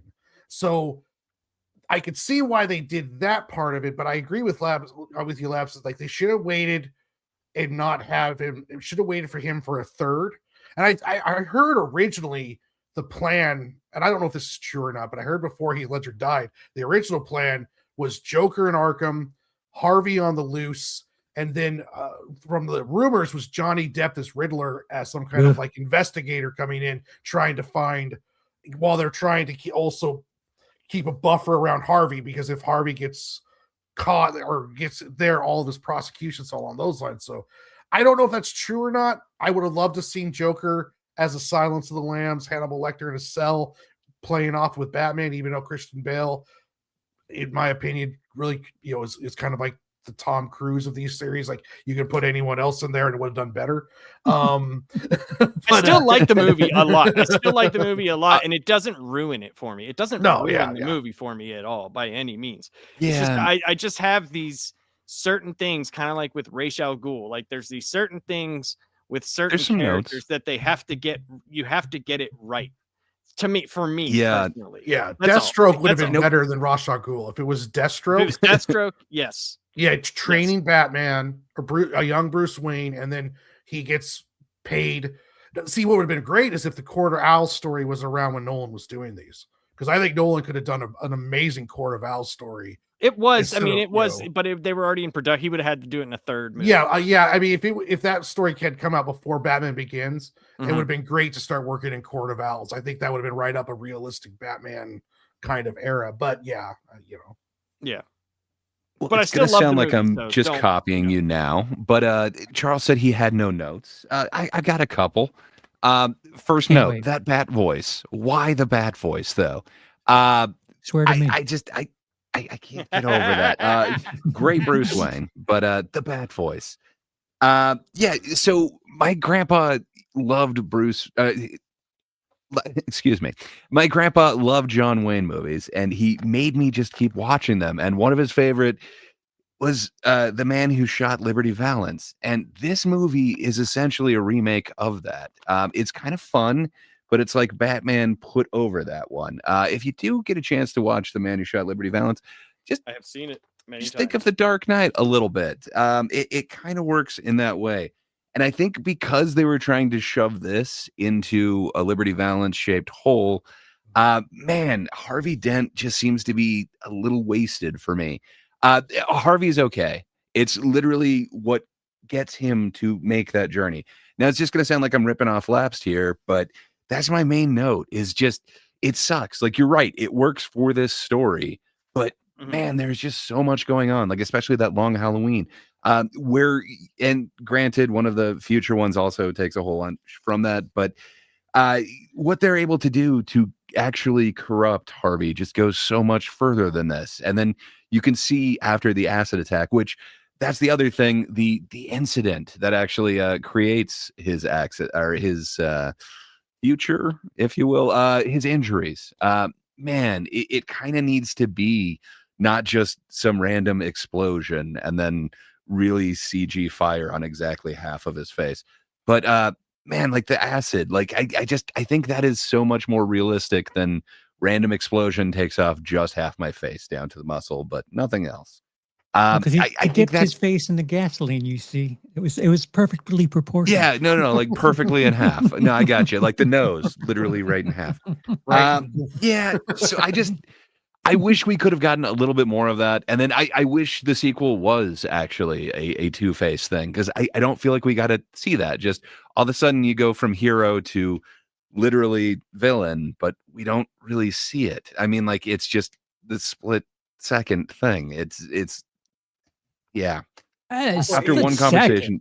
Well, it's Heath Ledger's death, I think, really robbed us Yeah. of what could have been the greatest So trilogy, because the third I one know kind he of, wanted to continue with Ledger. I think the Eckhart thing was always planned, that it Yeah. was going to be the demise of essentially we've got to hide what he actually did and let him go out a hero. We can't let the world know like what a villain he was. I think he was always supposed to be out, which sucks. I think Eckhart really was a good Dent. I would take him over I can't even remember his name in Joker Folie à Deux, but hell yeah, give me Eckhart any day. But yeah, I think there was also wasted potential on what the mob could have been. If you're really doing this like a grounded story, man, there's so much more grittiness that you could have gotten into. And Penguin kind of gets into that. I just think there's more of a mob angle that you could have gone on this. But that being said, I do really like this film. I think my biggest problem is that it ultimately kind of justifies the surveillance state on so-called terrorists. I'm not a huge fan of the implications of that, but that being said, I think this is my favorite Batman film. So yeah, I'd give it a high S. So we're gonna put it in S tier. All right. No notes. Where Okay. though? We got Okay, a few. so is it above Batman 89 or Yes. So we'll have to I say think- yes, no, Uh-oh. yes, no down the line. Uh-oh. Ray? I'm gonna say no. Okay. Traitor. Me personally, I'd put it yes, but I think we're gonna end up no. Charles? Yes. Yes. Above it, right? Yes. Yes. Yes. Okay. Warren? no. Me? No. Bob? Yes. Say yes So again. three- Say yes 3-2. twice. Yes. Yes. Yes. Did you not hear what I said earlier? This is one of the best comic book movies of all time. But I called It's it. also I called one of it. the best films of all time. Stay strong, Labs. Stay strong.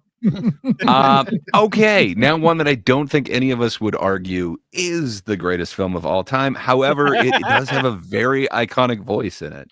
Yeah, The Dark Knight Rises. Rate Oh. Nash. Bob, you seem to really like The Dark Knight.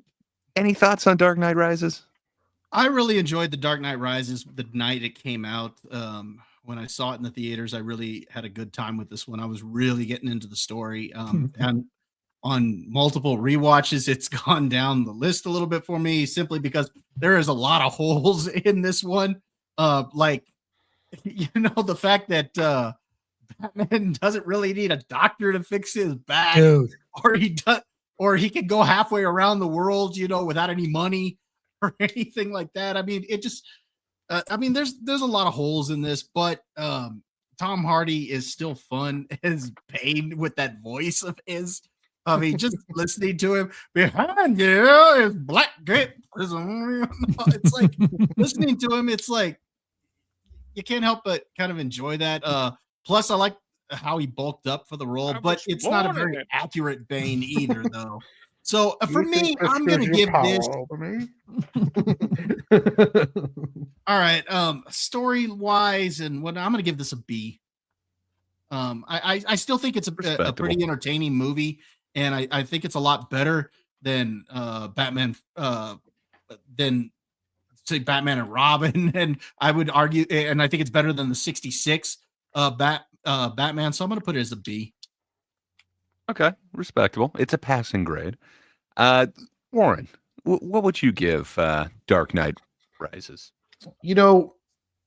Dark Knight Rises, I think, was an A, almost to an S, until he breaks his back, puts him on a 14-hour flight to go to some weird hole in the wall prison that happens to have local Gotham news cable, leaves him there, satellite, and then he cures himself after establishing that apparently after the Dark Knight and he stopped being Batman, but for some reason his entire body has turned to mush, which they completely forget about for the second half of the movie. So it's almost like it was like, oh, A, oh, we're going down to a C now.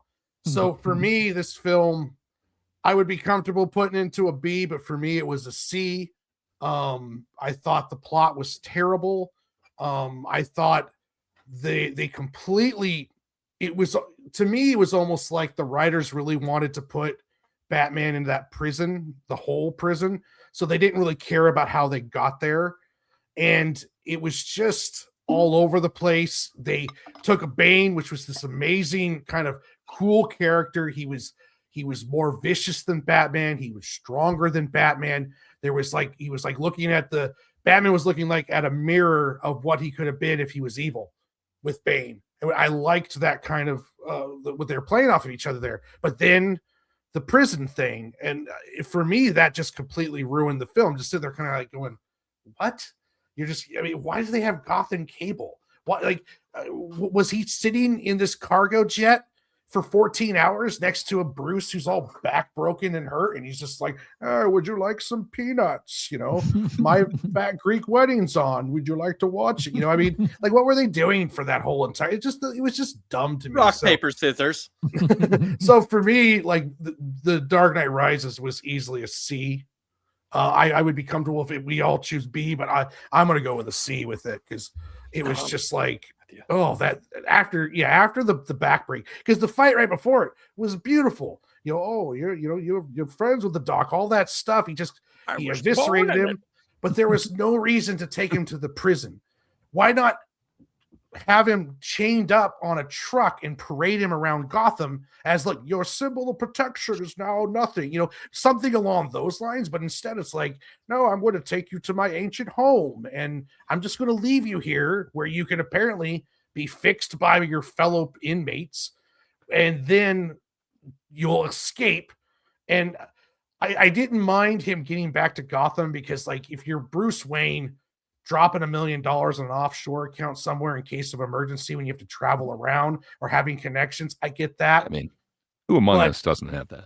Let's not also forget, in my opinion, the worst portrayal of Catwoman by Anne Hathaway. Even though she's a beautiful woman and a great actress, she just kind of fell flat and she didn't really portray the role well at all. And for me, it's just a C. You didn't like Ass Hathaway? No. She looks fine to me. Charles? Charles, are you an Anne Hathaway fan? I'm an Anne Hathaway fan. You're a I don't know fan if of Hathaway. are we not counting Catwoman in Catwoman? I don't count that. Halle Berry? Oh, That's okay. not a DC movie. All right. Yeah, if we're not counting Halle Berry, then fair enough. Fair enough. If we're not counting Halle Berry, fine. You have to. Male academia. Come on. As someone who's had a disc replaced in my spine, not my entire back being broken, mind you, just a disc. And it was a rather swanky surgery where I had all of the hospitals and all that shit, all of the medication. I was on fentanyl before it was cool. And I was on the shelf for 6 fucking months. I find it hard to believe that this guy in a prison environment is just gonna will himself to feel better without any sort of assistance from. Well, he could see the light at the top. There was hope. Yeah, all right. Give me morphine every time and twice on Sunday. The morphine, the better. Tiny Yeah, fruits. it has some strengths, but it has some glaring issues as well. Not to mention the death at the end by Talia al Ghul, which is, you didn't have a better take. That was your best take of that shot. What a strange thing to leave in a Christopher Nolan movie, but bad Nolan is still pretty good in my opinion, and I'll say like a mid-tier B. All right. Respectable. Laughs, sir. Your thoughts on The Dark Knight Rises? So I got to like mess around on the sets of Dark Knight Rises because it was a lot of it was in Pittsburgh. Oh, because it was in your city. It was in my city, and I got to see them do that big fight on the steps of their city hall, which was really cool. And like the fake snow that they were using was this like weird cotton stuff, and it was all over the place. And I just happened, I'm literally walking down the street, and where it's like Pittsburgh is very lax. Like their security, like I told you about the one time I walked onto that set of that Wahlberg movie when it was like the 40s. It was literally like just these wooden barriers. So I went into the alleys, and when I turned left, there was like 14 tumblers all in a row. Dude, I was getting in them. I was fucking with shit, dude. Me and my brother-in-law, we were taking pictures.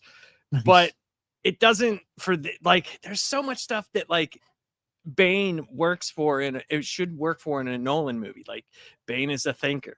He's a plotter. You know, he's smart and he does things, and it's just like it didn't really work out that way.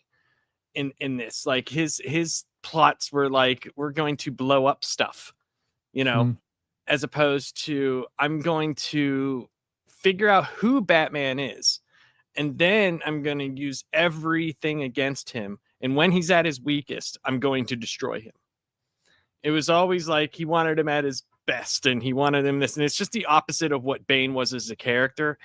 And it not being like Santa Prisca, the prison, and I could understand why he would send him there because he's the only one that ever got out, blah, blah, blah, all that stuff. But it's so stupid. It's such a dumb thing. It takes up like 30 minutes of like, can you make this jump? Like, and it's just like, who cares? You know, who gives a shit? At least I didn't. And the swap that it's actually Talia that did that jump. Like, and it's really so stupid. It's so dumb. Woke. It's sorry. I'm kidding. No, I'm kidding. No. It's funny that it's like that's what people would say. Like that's exactly what people would say, and it's like Jesus Christ, people, get over yourselves.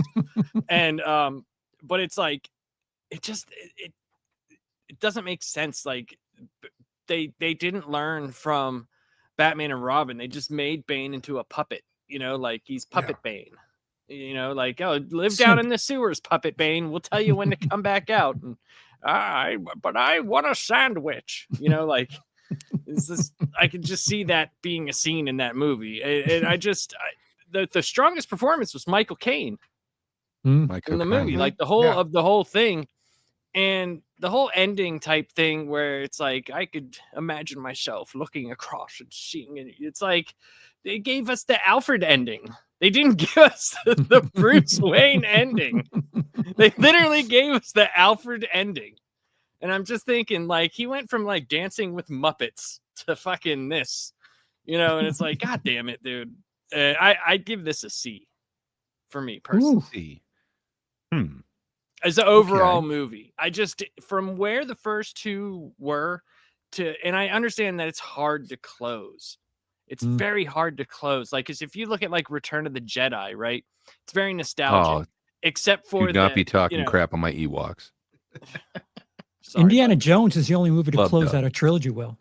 Right. It feels like that. And you look at like, the last fight with Luke and Vader was great, but a lot of things surrounding it before were that, amazing. They're nostalgic and they're fun to watch. I'll watch that any day of the week. I'm just saying, if it wasn't for the Ewok fights, we wouldn't have had the Planet of the Apes trilogy. Think about it. Wait, what? Like What? the new The Planet new of the apes. Apes? The new apes. Yeah, Oh. it's Well, very here's much the thing. Ewok. What? Here's the thing, though. Were you talking about the Tim Burton Planet of the Apes? No, Are you talking about the new Planet of the it's a Dawn franchise, Dusk man. War. Dawn Dusk War. I don't know. trilogy. Like, I just, Are you forgetting about Rise? I don't know if I Dawn care Dusk enough Rise. about that Resurrection. to warrant Bloodlines. whether I want on my balances of, do I get those movies or do I get Wookiees instead of fucking Ewoks? Like, I don't know, dude. Because I've seen what they do with Wookiees during Christmas or Life Day, as it's called, and I don't know if I need any more so of that. good though. I'll take B. You got Arthur. to meet the though. family. I'll take B. Arthur. Who wouldn't? Yeah. I hear what you're saying. I don't want to white knight this one too much. Yeah, it is definitely a step down from the other two for me. And it sucks because he did have a bunch of plans for kind of Heath Ledger beyond this, and then it's kind of starting over at square one, which sucks. But the choices that were made, I love specifically the breaking of the bat storyline. It is just so amazing, and I don't feel like they did that justice, and I feel like you could do it in a somewhat realistic way. They almost got there, but just where you transition from that to the prison, like everything that you guys said, essentially, it doesn't work for me, and it kind of takes some of the punch out of that actual storyline. To me, I guess if they're going to go with that one, I wanted a little bit more, but then there's certain elements that seem very awesome. I love seeing the city in chaos. There's visuals like that whole football stadium is great. How do you convince every cop to go into the like? It doesn't. There's certain parts of it that just don't make sense to me. The fake out ending thing, I don't know. You could do better than this. I don't know why exactly this is the note that you have to leave it on. I'm just glad I we remember didn't get seeing the this one in Robin theater. movie. Fair enough. It could have been a possibility, but this forever cemented it not. And then the whole thing with the IMAX camera too. Like, I guess I didn't notice it in theater, but rewatches you can see which shots are like in IMAX and which ones aren't. Like all of a sudden it 100%, changes aspect ratio, and it's weird, man. Some choices were made with this, and I just wish he had kind of stuck with the choices that got us kind of more The Dark Knight than this one. So for me, I'd go C. There is a comment I kind of agree with that. Even Batman Forever, I think I'd rather watch that than The Dark Knight Rises. I agree with that. I kind of have no desire to see this. Wait, one more it's time? Batman and Robin. Batman Forever. I think Oh. I'd want to see that one over Dark Knight Rises. No, And it says man, that's camp as hell. Bane alone is worth the rewatch. I'm sorry.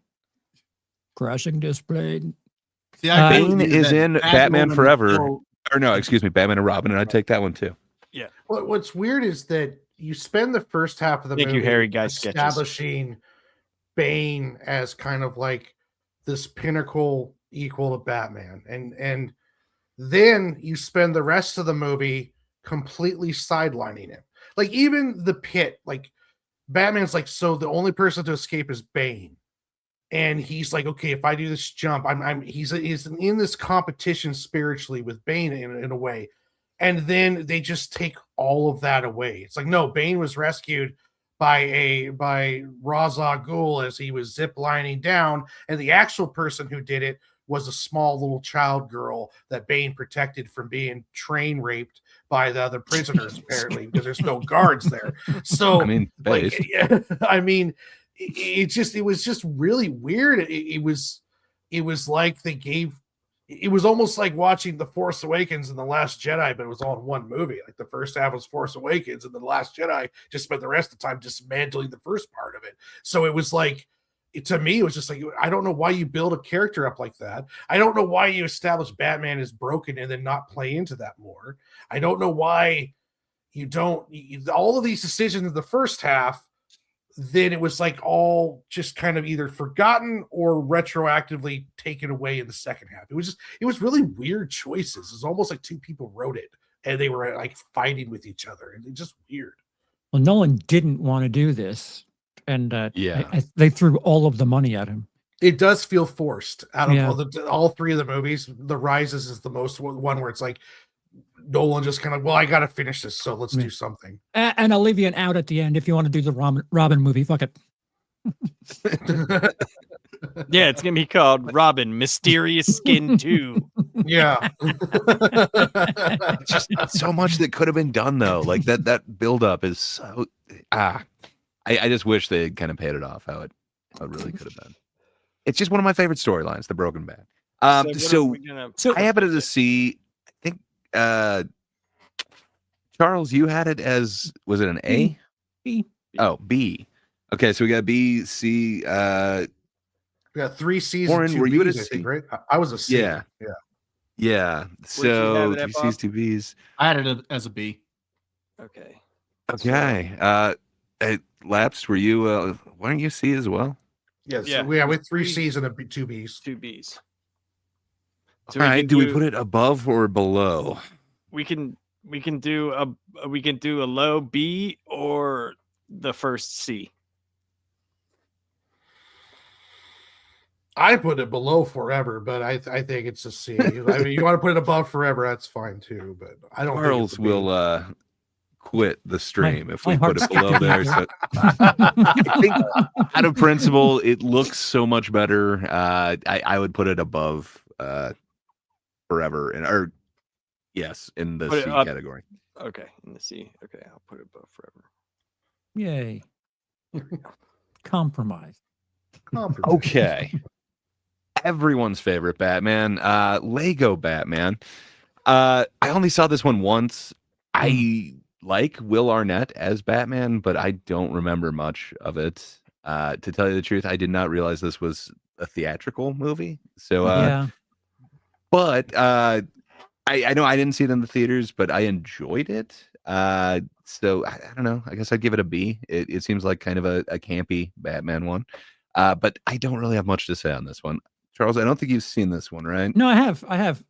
I watched you have? the Ooh, Lego nice. movie, not the Batman version, and I, like you, I didn't realize. I thought this was like DLC for the original movie. Like, oh, they have deleted scenes. Oh no, an entire movie. Okay, sure. It's fine. It's one of those things that it was just a movie that everyone can go to, kind of deal, and no one talked about it after the year it was out, and that's unfortunate. It did really well at the No, it theater did. too. Yeah, it did. For I think it was like a 80 or 17, 90 right? million dollar budget. It made like 320, 330 or something like that. You have to look up the Good numbers. for I'm it. sorry.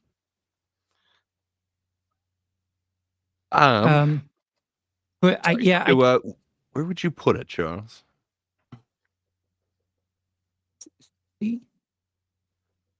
See? All right. question mark. Fair enough. Did you say C or alright. D? C. Oh, okay. Yeah. Okay. Out D, of curiosity, C. high C or low C? Are we going above Rises or below Forever? I have to, for the sake of compromise, I have to right? I have to say it's a definite C plus, so that I'm okay when it comes down, right? You don't give away your Warren, position sir? early. Any thoughts on Lego Batman? For me, it kind of goes up there with Batman 66. It's campy and fun, and it knows it is, and it was funny. It was well done. It didn't. I don't think it didn't really warrant a sequel, even though it made lots of money, which I don't know why they didn't. But I would say that this is a low B, maybe not as well done with its campiness as 66, but at the same time, it was a really fun, comical movie. So I put this as a B. Oh yeah. That's respectable. Lapsed as the biggest comic book fan, did Lego take your Batman away from you? No, because I went into it thinking it was gonna be like what the actual regular Lego movie Batman guy was in the Lego movie. So it was completely campy. It knew exactly what it was, and I thought it was. I can agree with Warren, like a B movie. All right. B. Bob, any thoughts on the Lego Batman movie? Not really thoughts. I'm gonna give it just a B. I think it's one of those that's enjoyable. I saw it with my kids. Maybe that's why I had a good time with it. If I had seen it on my own, maybe I wouldn't have enjoyed it as much. But I don't think it's it's kind of one of those that you don't really remember when you're talking about theatrical Batman films. So yeah, I'm gonna say a B though, totally because didn't. again, I watched this with my kids. They had a good time with it, and I think I had a better time because they were enjoying themselves. All right. Well, Charles, because you compromised, I think that moves us up to a B now. Yep. I think it was 4 Bs and a C plus. So sorry, it beats Rises. It's fine. Yeah, Fine. we'll put it behind 66. Is that good? Yeah, I'm down with that. Okay. I thought of 66 a lot more than I thought of that one. Yeah, Yeah. I agree with that. Yeah. Okay, so now we've taken a departure. We're getting real dark. We're going to the Snyderverse, the Martha movie. Charles, any thoughts on Martha? Can you come back to me, please? I'm sorry. Sure. This isn't a power move. I can go first if you want. 'Cause Yeah. I- Labs, you're the comic fan. I what do you probably think like this. Snyder's? I probably Ooh. like this more than most people. I hate the Martha stuff. I really dislike Doomsday, but I liked Batfleck quite a bit. Mm, I really liked him, and the theatrical release is not that, but the extended edition, the R-rated edition, I think is so much better. It explains so much more. There's just a couple things that I can't get over. I don't like Jesse Eisenberg. I don't understand why, like, when you do an eccentric person in a movie, like if you just do like just a little couple of weird things, like here's a Jolly Rancher, let me put it in your mouth here, like, oh, I'm eccentric and wacky, Granny's pissing a jug. Like, what the fuck, dude? Just be Lex Luthor. I know you're his son or whatever the fuck, but yeah, I like this better than the theatrical release. I give a C, like a low C, but the extended version I give a B, and that's the version that I watched. So I will give it a B. Does that much change in it? So I liked the theatrical one so little that I was like, I do not want to spend any extra time with it's this. Snyder. Is it worth seeing the Snyder cut? There's like 12 more hours. It does a better job of showing Lex Luthor's manipulation of the two, but it still doesn't do enough. Jesse Eisenberg's Lex Luthor is pretty terrible, but there's a lot of flaws with it. I've seen this movie more than any of the other ones on the screen. Why do you keep going back to it? Because to me, Man of Steel and Batman v Superman, the director's cut of it, not the theatrical, to me, were so close to being great that if it was someone else aside from Zack Snyder who could actually tell a story, I think you could have had some really great movies. But I do like Batfleck. I think I think Ben Affleck could have been a great Batman if he had the right movies. There was way too much into these films. They were establishing and introducing too many characters. They screwed up Doomsday. Oh, There's no reason why Doomsday should have been it. They could have easily done Metallo, and it would have worked just as well. Batman should have got his own movie before he showed up in Batman v Superman, or if he does show up, they need to have it. Like, I don't agree with Batman being so ready to kill Superman. And this is the Batman that like killed more than Batman Returns Batman did. But it did give us the warehouse scene, which is the best Batman fight scene on screen, I think, out of any of them. That warehouse scene alone was worth watching the movie. So to me, it's like seeing Snyder's superhero movies that are almost kind of like these films that could have been great, but because of his lack of ability with storytelling, and also I don't know how much of the upper office was trying to force him to move too fast. But so to me, this is like, it's like a B, C area. I want to say B. The director's cut is definitely a B. The theatrical is a C, but it was really, there's a lot of missed opportunities in it. I liked who they picked for Alfred. He was a great actor. I liked the Batmobile. I liked a lot of the stuff, but it's just, there was just some really weird story choices, and it was just too much movie. It was too convoluted. Some bad actors being picked. So for me, yeah, I'll go with the B. If I'm going to go with director's cut, I'm going to go with B. But I do have this thing though, where if I see a movie that I think could be good, I'll watch it over and over again and just studying it. And I've watched this Batman v Superman so many times, and I'm just like, oh, they were so close. I knew, so like, close. My problem with the Snyderverse in general, I remember seeing an interview with him, and like I knew, like, it was, for me, it wasn't gonna hit. He was like, you know, what does Batman and Superman have in common? What have they got in common? They're killers. And I was like, what the fuck? What are you saying? Where did that come from? And that's what happened. Bob, any thoughts on BVS, Dawn of Justice? I agree that the theatrical cut is a C. The ultimate edition is what they call it. Is a B.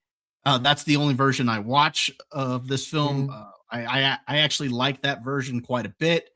Yeah, there's some things that keep it at a B level, but I'm also a big fan of Ben Affleck. I like his look. It looks like the Bruce Wayne stepped out of the animated series right into live action. I think he looks the most like the animated series. So I like the look. And that warehouse scene is awesome. I mean, I agree. That is the best Batman sequence on film. I could watch that over and over again. I love that sequence. So for that alone, I think it's worth seeing. And like I said, the ultimate cut is much better. So yeah, put it at a B for me. All right. Charles, you've had a little bit of time to think. Any new thoughts on BVS? Help me out. I'm not sure if I've seen the director's cut, but isn't this the one with Wonder Woman just absolutely fucking shoved in the end of this movie? Yeah. Yep. That's the one. Right. My favorite actress ever. I agree that the fight scene. Well, she's shoved in as Wonder Woman at the end of the movie, but she's like in the dinner scene. She's in. All right. Well, I give it, which is two a scores long higher. scene. Excuse me. She's in through the movie, but she's like the person that Bruce is chasing. Because she keeps like getting stuff before him. But yeah, there's so many problems with this movie. It's ridiculous. Yeah. So I think I'm going on the theatrical, and other than the fight, the shit monster wasn't my favorite thing in the world. This is bad. It's really bad. I'm gonna say a very high D, because I'll actually go and watch forever. I have not watched this movie since it came out. Well, I'm gonna go ahead and white knight Charles' position here, because I also haven't seen the director's cut. I only saw the theatrical one, and I never Yay, wanted to see it ignorance. again. And then, unfortunately, I was forced to watch it again, and it's like, oh man, every one of my problems with this is just magnified. Just man, I don't think Snyder should write anything. Give the script writing to anybody else. Yeah. He knows how to film some pretty decent stuff. I think he shouldn't be his own cinematographer. I think he was way up his own ass when he started doing that. But man, he knows how a camera should be placed for an action scene. I do wish that this was a better movie. For me, it's totally a D experience. I don't want to go back to it. I would actually put Batman and Robin above it, but I like that for camp value. It's not because it's better. You're right. The warehouse scene is great, but that doesn't make a movie to me. I wish he just made a decent Batfleck movie, but I don't think he understood. I guess most of it's the Superman thing, which I'm not even a huge Superman fan. It's just that's not Superman. I don't know what he was trying to do with this. He stripped all the hope out of Superman. He destroyed. He took away Clark Kent, and he took all the hope out of Superman. And like even when Clark Kent is in Clark Kent mode with the glasses, he looks like a Calvin Klein model. Like Henry Cavill didn't even try to slouch. And then Perry White. I love Cavill. Perry White's acting really weird with it too. He's like calling him a nerd and stuff. It's like, hey, we can't make Cavill look like a nerd because he's too much of an alpha. So we're gonna have Perry White call him a nerd because then the fans will be like, oh yeah, well he is a nerd. Ha ha. It was like, no, he was a Calvin Klein model who kind of rolled around. There was no separation between the three, and Ben Affleck was able to pull off Playboy Batman better than Christian Bale. They used the voice synthesizer, so he didn't have the weird duck voice. And then when he played regular tragic Bruce Wayne, he did that really well too. It's like almost to Keaton level, in my opinion, on some stuff. If he would have had a better script, I think Ben Affleck would have been known as one of the top Batmans probably since Keaton. But yeah, it was a missed opportunity all the way around. Well, the fact that Ben Affleck went to the DC headquarters and actually went and asked artists and writers what their favorite interpretations of Batman was and what to do, mannerisms, all sorts of stuff. And then he was told don't do that. There you go. That's all you got. Like, there's just there's a lot of problems with this movie. Netflix. And when I saw it in the theater, I disliked it. I did not like this movie at all. Like when I saw it in the theater, I disliked it. But when I saw the extended version, I was like, okay, this isn't nearly as bad as the theatrical cut, but it still has the same problems that are in the theatrical cut, but there's a lot more explanation of a lot of things that did not make sense. But I think all of you said C for the theatrical cut, though, right? Yes. Yeah. Where C for the theatrical cut. Where is the extended edition? Is that like on Blu-rays and stuff, or is that like on HBO Max? On HBO Max. Yeah. Okay. You can choose the extended version. version. Check that out. Like it doesn't. So it's on Netflix now. Oh yeah. It's called the Ultimate Edition. Okay. And you should be able to find it on HBO Max. If not, it's out there on Blu-ray and stuff. I think the issue is this: if you hate the movie already, like, and don't have a like of the characters themselves, because like I said, I liked Cavill as Superman. I didn't like him as Clark Kent. Yeah. I liked Batfleck as both. I liked both interpretations of it. But Eisenberg is just awful. And Eisenberg's terrible. Yeah, it's bad. It's bad. Very bad. This iteration of Superman is what made me appreciate the one that just came out this year, because normally I don't like the idea of like hokey, I don't know, bright. I don't like that comic-y version of things. But because they did this to Superman over the course of the 2010s, whatever came out this year was a very welcome, pleasant surprise for me. I didn't know you could make me root for, Hulk Hogan Superman, but alas. Well, I mean, I get that. I can understand that. I just look at like it was this Superman movie even comparatively to this Christopher Reeve Superman, all that stuff, trust me, I have like 70 years of Superman comics. It was probably the closest to the way that Clark Kent acts, especially when he was younger. When he was younger, he did freak out. He would like, he was very passionate about the stuff that he did. And as much as like the glasses thing, it makes people see him differently. At least he still tried to be disheveled as Clark Kent. And he still had that emotional problem, where he didn't feel good enough, and he still strived to be better than what everybody else is. And that's the points that you have to take with Superman. Superman is made to physically punch the problem away. That is what he is made to do. It's how he deals with emotions and how he is always doing right in the face of uncontrollable wrong. That is Superman in a nutshell. And I thought that movie captured it. Now, I would have done a bunch of different things in that movie. I still have issues with it, but yeah, I can see where you're saying, especially with the Cavill. Far less issues with that than this one. Correct. Yes. Yeah. So I mean, I think that's 3 C's, 2 D's. Does that put it above? C. Oh, It okay. would be the lowest I was gonna C. say, does that go above forever? But No, I would say fair enough. lowest C, especially if you're talking Alright. theatrical cut. If Yeah, we're it talking was the the lowest theatrical cut, a low C is fine. Yeah, Yeah. If we're talking the Ultimate Edition, then that's a B.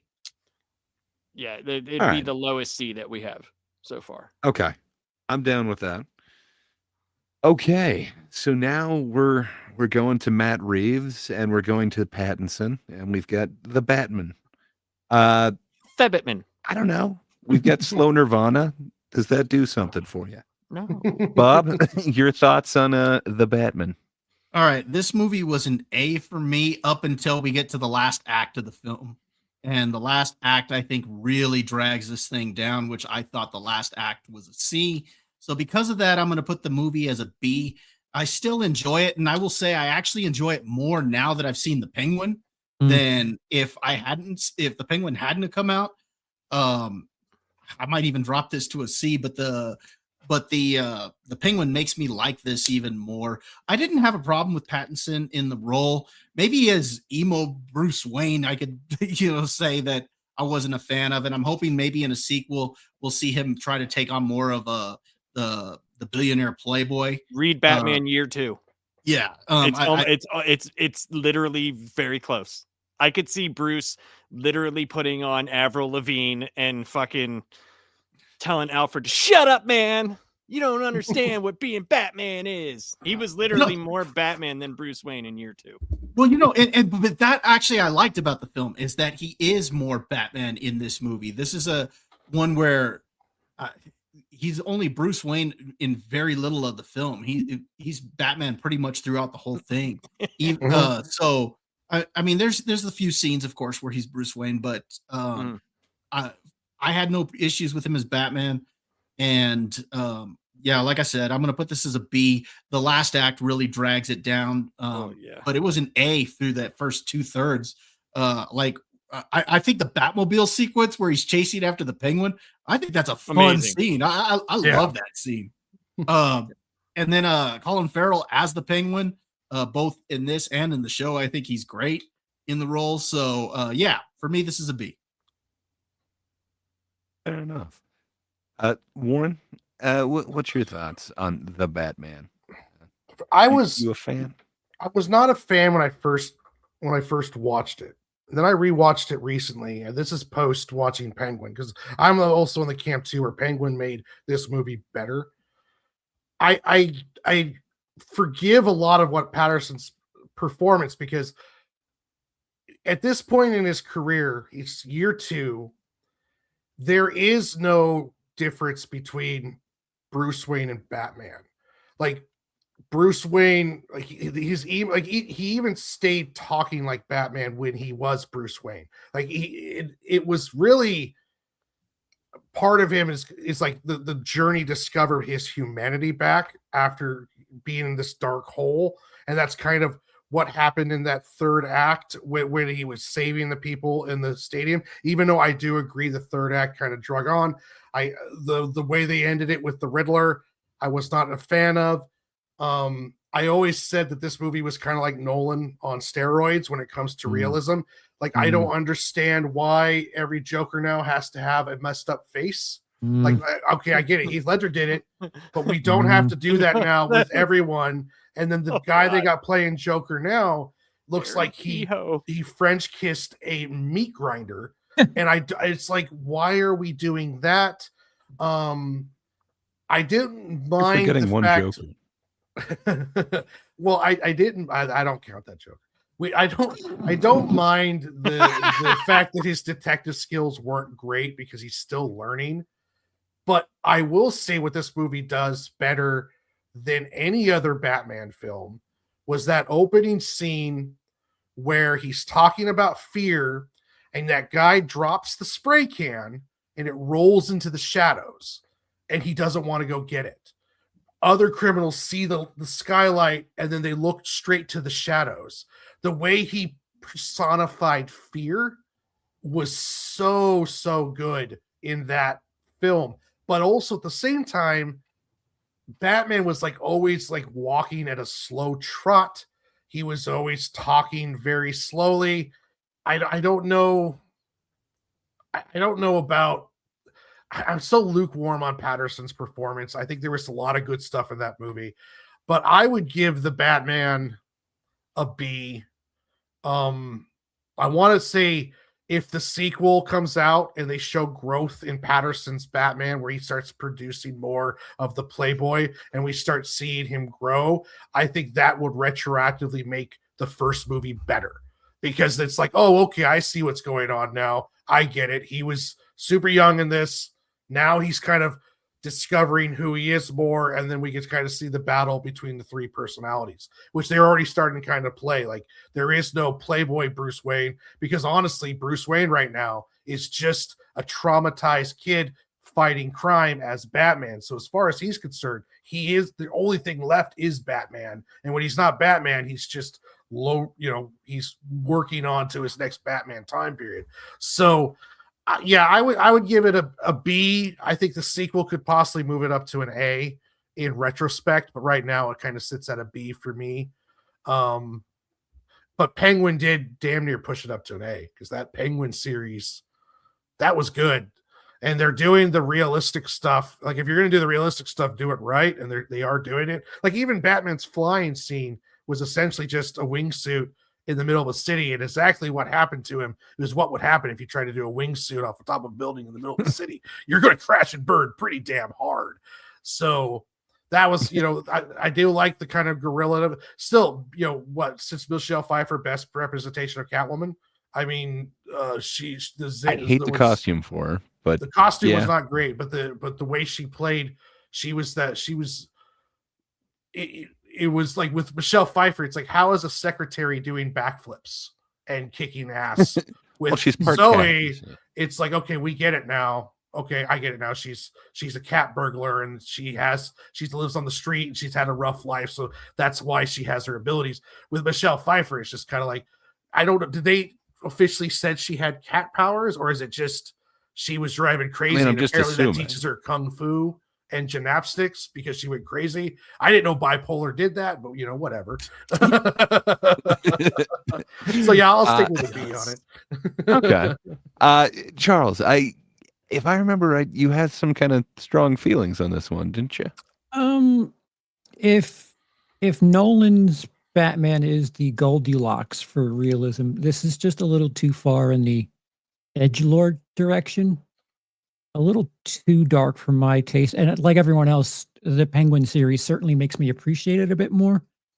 But this is one that, for one reason or another, like, I have no urge to go back to it. Maybe when the second one comes out and maybe, publicity starts happening. It's just a little too much on the dark side for my taste. But it's strong. Like, the fact that the Penguin series I watched it then after Penguin came out, and I watched it, and Yeah, it fits in that universe, but it's still just a little too dreary for my taste. But it's a B for me. I can respect that. My feelings are somewhat similar. I say enough with the slow Nirvana. Mm, It felt excessive. something's in the way. I mean, just you know. That being said, I thought the cinematography was pretty great. I love how dark the film was visually. I think the story could have been stronger. Man, Penguin just shows me how strong a story really could have been in that world. And then they're using kind of notes and elements from a bunch of different kind of versions. It kind of seems like there is stuff from the Long Halloween that they're kind of borrowing, but they're not really going into. But then they kind of use that for the Penguin series. Just it just shows me how good this could have been. I think Matt Reeves is learning. I think this is like his 5th film or something like that. So I don't know. I do hope the next one will be better, but for me, it doesn't quite have that I want to watch it power that Batman Returns does. So yeah, I'd put it as the highest B that we have currently. But if I was to rank Penguin, that would totally be S tier for me. But I'm not the expert. We have one person whose channel this is, who is the comics expert guy. What do you say, Lapsed? Your thoughts on the Pattinson So Batman? this was the other Batman movie that nailed Gotham. So you have to remember a couple of things. In the years that Bruce was gone, this city was totally taken over and corrupted by street crime, like street level crime. There was no supervillains. There was no, if you call Penguin one, but the portrayal they did was a little different. He was, more of a crime lord. So when he came back, the city was terrified. It was completely terrified. And they based this off a year 2, which I thought was the right way to go, because no matter what they wrote for Playboy Bruce Wayne, and I don't know why people love to see that so much. I don't understand why. Like, that's fine and stuff. And it might be to see the other side of the character, but we know that exists. This is Batman being fully committed to being Batman. What happens whenever you get into this character and it totally takes over your life and you're trying to figure out how to do it? You're trying to figure out how to be Batman, because in year 1 he makes a lot of mistakes. And he did go totally gothic, and he would like knock out lights and like use like shadows of himself to make himself real big and scary, and use the voice and do those type of things, where this to me felt more like Gotham than any other movie that I've ever seen. The city itself was its own character. Yeah. And I love the intro scene, and I honestly love the fact that he does go overboard. He goes overboard and has to learn, not to do that. Because that first scene where he beats the shit out of that dude and just keeps punching the fuck out of him, it's like, yo, dude, it's like, that's just a fucking like teenager. Just relax, guy. Like, you got it. You're good. And I do. They talk about him being the detective, and it's like, well, he didn't become a detective till way later. The fact that they even showed him trying to piece clues together and stumbling and stuff like that, I appreciated it. The part that I did not like was the Riddler. It was just another Joker light.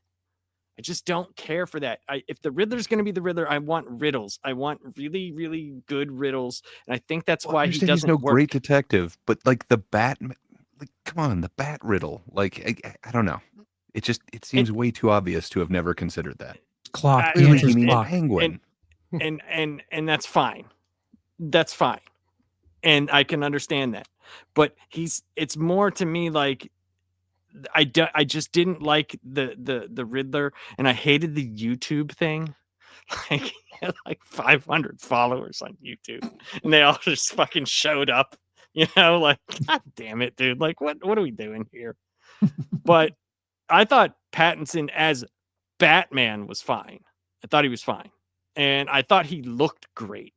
Like, the suit looked great. and I thought it looked dark. It looked edgy because when he was doing things, he was changing suits a lot, and he was trying to figure out what looked the best. And I just thought they nailed the suit. The aesthetic of the suit looked right. I don't know how I felt about a lot of the choices with the other characters. I thought Penguin was great. I thought it was cool to get into the Falcons, and I thought it was okay that Catwoman had, the relationship thing. It was fine. It's just the end of that movie fell flat for me. It just fell flat. Like, so I agree with you guys. It's a B. But the aesthetics of the movie I thought were amazing. And the slow Nirvana can lick my taint. Like, I just don't care. There's a better way. Like, the music they used whenever, like, he was, like, the chase scene, I thought was fantastic. It fit. It was great. But, like, I don't need, like, 90s grunge rock. No, It's I'm just watching Batman. Like, that stop it. song too. It was just like every time I hear that song, it was just like I was like, like God, it just sounds like some emo kid whining, like you stabbed him in the stomach or something, and he's just like, "Oh, something's in my gut." That's how he feels, Warren. But yeah, they definitely need to show, if they're in the next movie, depending on how much of a time jump there is. You also got to remember, if you remember a lot of adaptations, like even the Playboy that we got from the animated series, how many times was Bruce running out on that? Give her this, tell her this, leave a note here, do this, blah blah blah, whatever. This, he wasn't even thinking of making that, because that didn't need to be a thing. Like, the only time it needed to be something is when Wayne Industries started taking over. Like, it started taking over from a lot of other places that were already set in industry. And Bruce decided to do that when he saw how corrupt not only the crime was, but how corrupt everything else was. And it was before, like, massive supervillains. Like, if you read old Batman, like, Dr. Death was his first major villain, but he was like fighting like gangsters, like, and stuff like that. Guys named the Monk. And, so I didn't have as much a problem with it as that. I didn't care for the music, and I did not like the ending, and I didn't care for the Riddler. I just thought like it was like it was like the Joker, and like for some reason people just can't get away from that. Like, do something different. What I thought would have worked really well in this is if you had such realism in this part, add a villain that is so unrealistic, and it challenges everything that Bruce knows, everything that Batman knows. Do a badass Killer Croc. Yes. Do something like that, or Solomon Grundy, something. Solomon Grundy. Something, or Mad Hatter. Have it go completely batshit insane.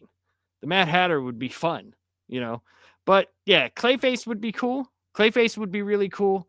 But then I'd look at that with the budget that it already was, and then the budget would have been like $500 million, and we would have got a shitty Clayface, probably. But man, I see what we're you're doing. Saying. Like, $40 million for the DC version of it now. And, so we'll see. That would be fine. Netflix version. That would be fine. So I mean, I don't know.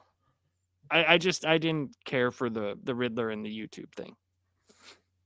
But I did like that he actually learned a lesson. He did learn a lesson. Yeah. Which I don't know if definitely not the worst. Other ones. I think all of us would take him over Clooney at this point, right? Oh, even if we're unsure what he'll turn into. For sure. I think it's a B movie. It's a B movie. All right. Do we put it above 66 or below? I'd put it above myself. Above. Yeah. Okay. I'm down with like above, I said, Charles. this was borderline an A, or this was an A up until a certain point in the movie. And that last act really brought that down. So I'll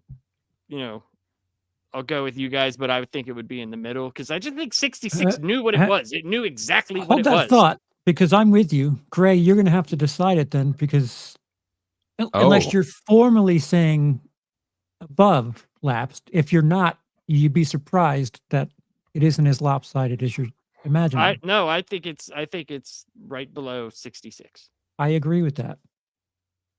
Okay. Tiebreaker, Greg. I'll support it. I would rather watch 66 than the Batman. Fair Wow. enough. See, Fair laughs. enough. All right. Speak your Well, that mind. is the You never know official what happens. ranking.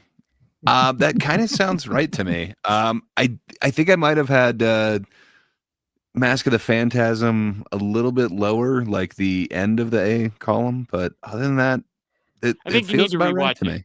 I think you need I to think, rewatch yeah, it. I think 'Cause it's I think S Mask tier of the myself. Phantasm is an S. All the Yeah, way. same here. It's S definitely tier. one that I've watched the least up here. Chat said that too. So I think I need to figure out how to watch that. You have Netflix HBO in the near Max, future. Netflix. HBO presented by Netflix. I don't, but I have an Um, uncle who can share his password with me. I can get you a copy. You Yeah, can go into the Labs library. my Go- uncle is Well, very, hell yeah. very, very friendly man. He travels through the international waters. My uncle does. Oh, Well, that seems like the official tier list. I think that makes it pretty damn official. Not I much don't hate fighting that. Anyone? either. It's pretty. Yeah. Yeah.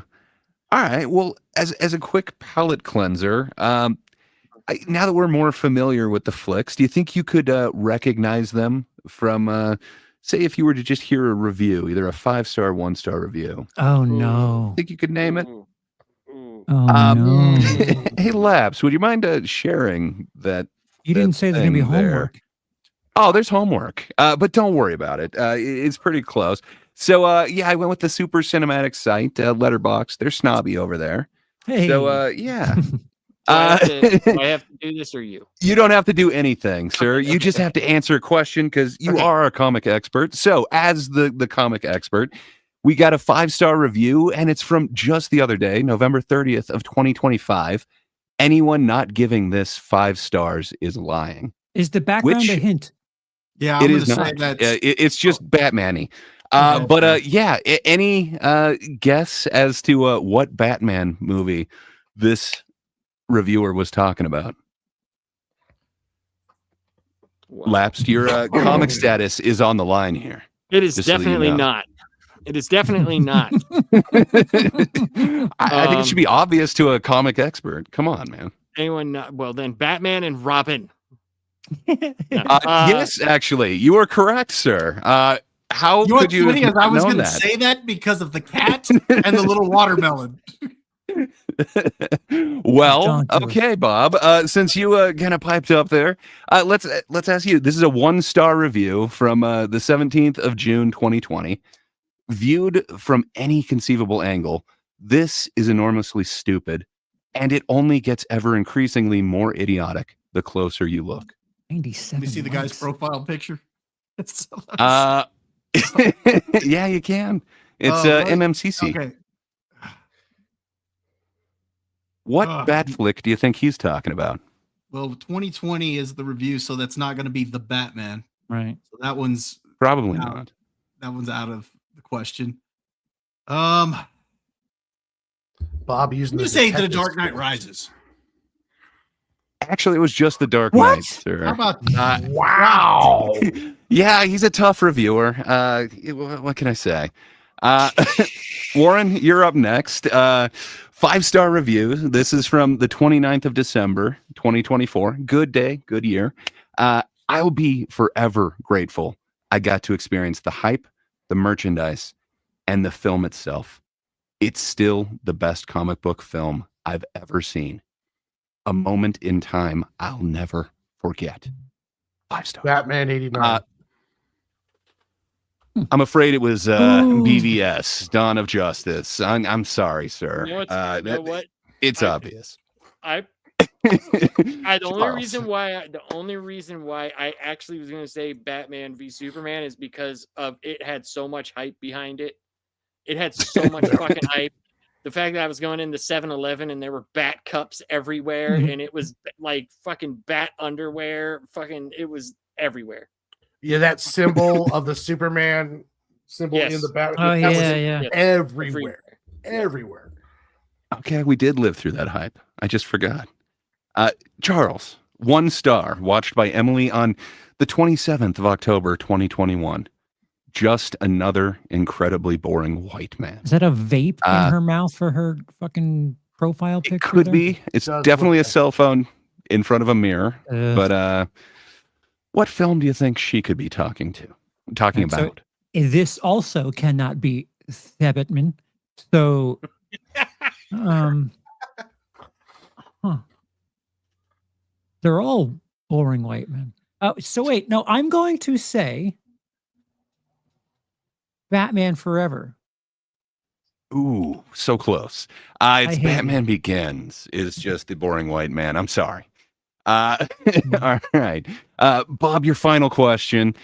This is 5 stars from Netscape. Hey, I've used their navigator before. But the 24th of January, 2022. Absolutely goated set design and atmosphere. Nothing even comes close. Which one is that they're talking about, Bob? I'm gonna say Batman Forever. I'm gonna say Oh, It's the original, man. It looks like Adam had that in the chat. Come on, the bat thing. He's got all the toys. But fair I mean, enough. that's the one I would say for that, but I'm trying to guess what these people would Yeah. say. Yeah. I was detecting a pattern here that none of these actually match. Oh no, they're hard to get. It's okay. You're no comic expert like Lapsed is. So Lapsed, your final question. 1 star by my Psychola on the 5th of March 2022. You have to be kidding me. Tops the list of worst move I've seen in the cinema. I think they mean movie. Also, completely lost faith in Letterboxd ratings. Dark Knight Rises. What do you think Letterboxd was glazing enough that this person? I took don't the even know hype what to go see it? Letterboxd is. It's this rating site. It's Dark fancy Knight site. Rises. it's Apparently IMDb full of crazy people. for people who hate white Dark people. Knight Rises. It was actually the Batman. Thebetman! How dare you, apparently- Thebetman! She hated the Batman, and she hated the fact that Letterboxd glazed it. So is it sad that I don't even know, like, except for Batman 89 when these fucking movies came out? They were always there. Warren, your final question, sir. Oh, 5 stars for Caluppa Keaton. Keaton. The 24th of September, 2021. They gave 5 stars and said, would give this movie 6 stars if I could. I literally do not need to see another Batman movie again as long as I live. What Batman has that effect on someone? I'm gonna go with Dark Knight Rises. MSK forever. Yes, Oh. actually, it is MSK Jesus. Forever. You can see how that film would turn somebody off of Batman Forever. And Charles, the final question. It's 1 star from Jack Penchuk on the 8th of May, 2022. 1 star. Russian roulette would be preferable to watching this again. 8 likes too. Yeah. Hmm. Who found this helpful? For what flick? And 3 comments. Interesting. Dark Knight Rises? Actually, it was Oh. Batman Returns. What? He hated the Penguin that much. I hate people. I don't know why. Well, thank you guys for Lost faith in humanity now. My God. Dear Lord. I hate everybody now. You need to give us some Yeah. lifelines next time. Letterbox sucks. Yeah, I'm just saying our reviews might not have been the worst, and I wanted to highlight that before we said goodbye here. Yeah, Letterboxd. You'll get popular reviews, and it's more like people just trolling, and they'll have like so many upvotes and things. It's yeah. I am not endorsing Letterboxd at all, No. but it is an interesting way to see where the zeitgeist is on stuff. So a few chat comments I wanted to get to real quick. Oh, hell yeah. Gray, you might have to read these. I'm sorry. Ooh, so are you going to do a part 2 for all the other animated Batman films? I think we definitely should. I know it's something that I've kind of neglected. I just saw that they had a couple of really amazing ones that I wasn't aware had been put out. So I know I just watched half of The Long Halloween the other day. I need to watch the second half of it. But yeah, I'd be down to do that. It would take us like 8 hours though, because there's we so would- many. we would have to do it at like maybe 5 at a time. You know what I'm saying? Like, Okay. or something like that. Because I think I have like 64 of the DC animated upstairs, and like 32 of them have Batman in it or centric around Batman. Mm. Yeah, there's a lot. Yeah. I'd be I really down. It would take us some time. Sorry, Charles. Yeah. Go right ahead. I last year there was a Blu-ray set that had all of the Batman films on, like it was like 12 movies on one set, and I regret not picking it up. There are a Huh. lot of good ones. Like Mhm. I could make up like a list, and because Adam again says here that Under the Red Hood is probably the best adaptation, because you get the guy who wrote the comic writing the movie. And that cartoon is fantastic. incredible, It's fantastic. really good. Yeah, if Really you guys good. give me a cheat sheet, I can get in touch with my uncle. And Walter, I agree with Walter. Shame on all of us for rating Batman and Robin so low. Every Mr. Freeze line of dialogue being an ice pun is legendary. You're right. I think the panel should chill out. It makes sense to me. I rated that much higher. I would have put that way above Forever. I enjoy that movie. I don't know why. It's a And- great Uma. the last one is another Walter comment, but this one makes sense in my opinion. And Am I crazy, or did it seem like the Batman was flirting with the idea of Hush? Felt like there was some hunting to the idea of him. There was a lot of Hush in the Riddler. I think so too. There were a bunch of them that he kind of teased in there as well. I don't know, man. I hope he knows what he's doing for the second one, because Well, did you guys the hear Penguin that- was amazing. the Scarlett Johansson's been cast, and from what I don't know if it's been confirmed or not, but some people are saying that she could be playing the character that was in Phantasm. So That's what I'm hearing. might be getting a live action version of Phantasm. I don't know for sure. I know that the movie takes place a couple weeks after the Penguin, from what I understand. And but I don't, there's not much else out right now about the second movie. I just know that it's full steam ahead now. So Nice. I watched Gotham. Has anyone watched Gotham? In Adam my opinion, it Busker, was a yeah. decent show. It feels like Nolan did his version of the 66 TV show. Hearing that kind of makes me want to see it. I think the show hey, did better Miss as it went Markles. along. Like the portrayal of Joker was done really well. I Yes. like the kid. The kid who played the Joker did a really good job for a TV screen version of the Joker. Like kind of underrated, if you ask me. But the show, did pick up quite a bit of steam. The guy playing Gordon was pretty cool. It had its moments. It definitely was better than the CW Titans Batman version and the Batwoman and all that other stuff. So well, hell yeah. Then Blu-ray Madness is saying the Batman's my favorite. Close behind is the Dark Knight. Respectable. I get it. I think they're both very cinematic. Hugo Hello, Miss Strange would be a Sparkles. good Yeah. one. Hugo Strange would be.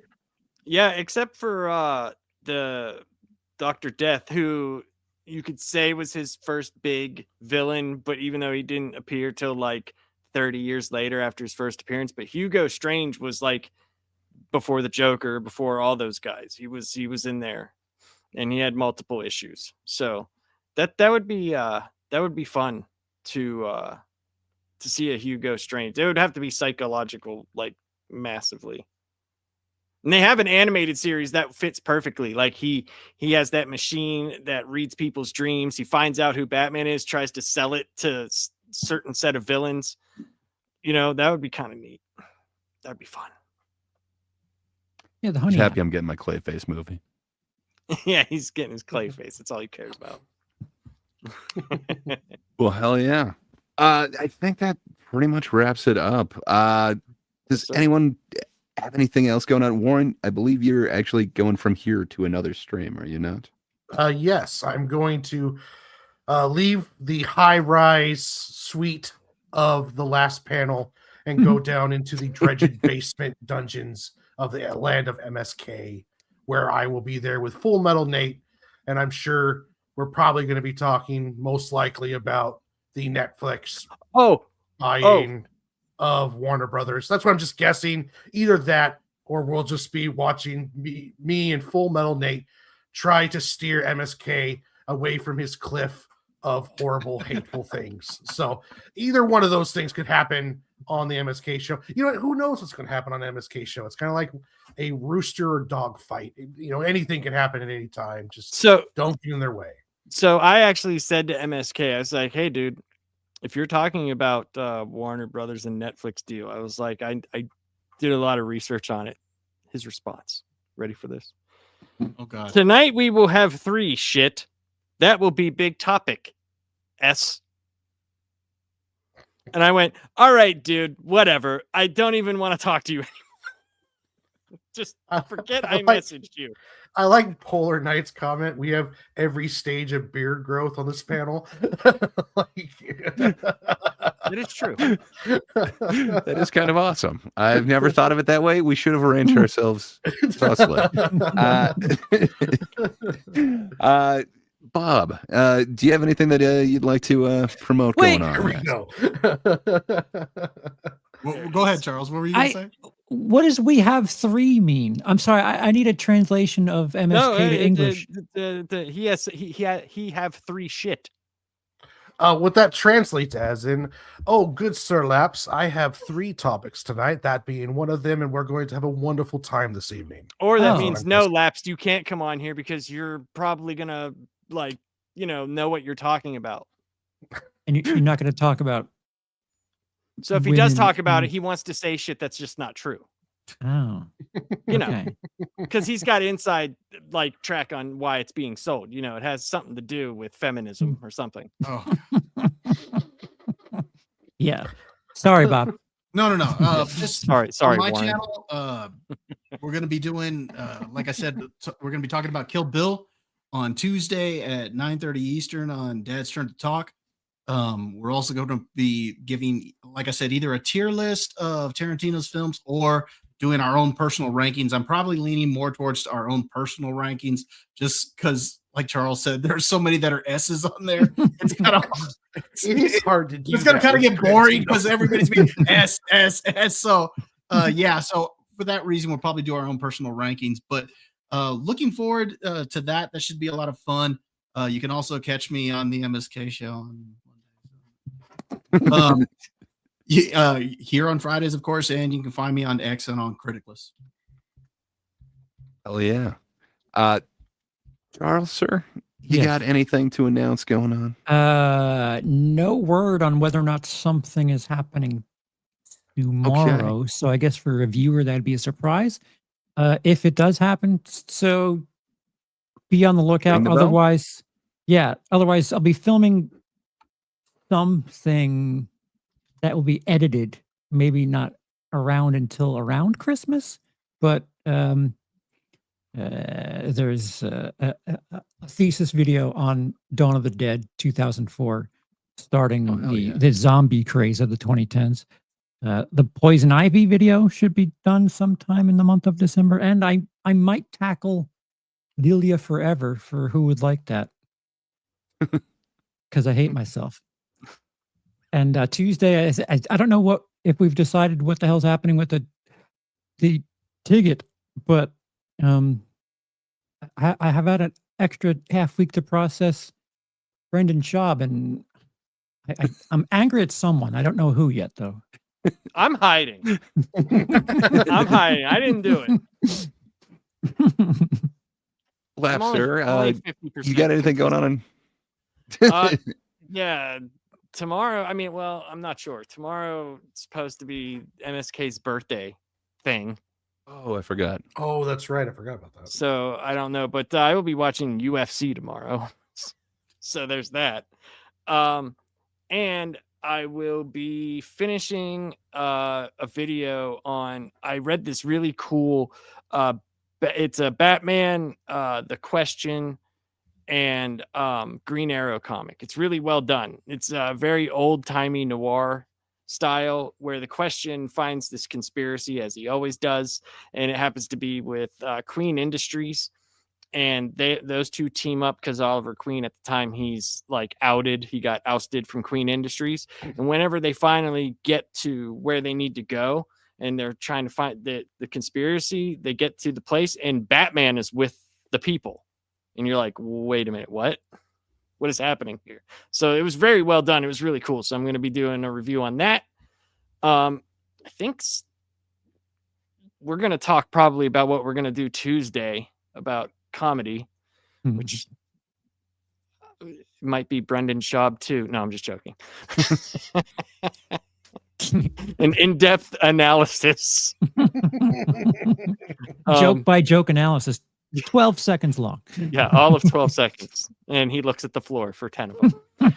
So I'm sure we'll talk about that. And then sometime I read Warren's Sig and Joe #4. I'm writing up something for him. So I'm sure I will talk about that. But I'm very excited to review the whole thing. I think I'm going to ask Warren to do that with me. Yeah, So I deeply appreciate you doing that. And yeah, I'll have all 4 here ready pretty soon. Yeah, so I think we'll do that whenever that's released. And just doing more of this, man.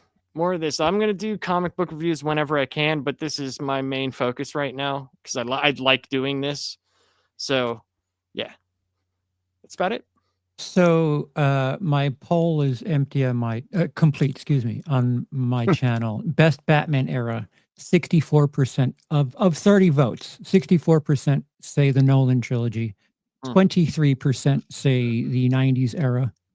13% say Sabatman, and 0% say 2010s. No votes for the 2010s. It's about right. I get it. And I don't know. That Nolan trilogy really deserves more credit. The MCU gets a lot of credit for making comics really mainstream, but man, that trilogy just really elevated the whole thing. So it did. I can understand why it's people's favorite. If it wasn't for that final film, damn good trilogy. But for me, it's more of the same here, and then content eventually. But thank you for joining us, everybody. Yep. Good night, everyone. Good times. All right.